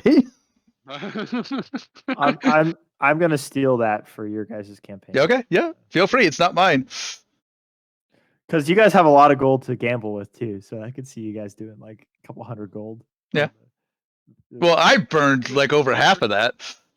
You did. I was super tempted to throw in my potion of poisoning just to fucking jack up the pot, but Ooh. I was like, nah, I better just be nice to start with. Yeah, you don't really want to alienate the group that is vouching for you and making sure that like that lady from the Lion Shield coaster doesn't just kill you on sight. I mean, I'm surprised it hasn't happened yet, so I'm living on borrowed time. Like I told you in our prep talks, like I don't want to make it too oppressive, but I do want to make it a thing since you are goblinoidish. I mean, I try to think that I've been skirting around as best as I can. Yeah. Yeah, no, you've been very lucky in your persuasions, and I mean not with Adabra, but with other people who would Yeah, kill you. I wish I could actually get to use my damn persuasion roll since I, have freaking mods for that. I feel like that's, I guess, out of all this, that might be the only minor complaint I would have, is the fact that I have a charisma check that I never get to use just because of my oppressive as a goblinoid. Yeah, you are pretty timid. Yeah, that also factors into it. Is you do a lot of hiding. You're not. Your character isn't somebody who's going to be up front and be like, "Yeah, let me tell you why you should do this for us."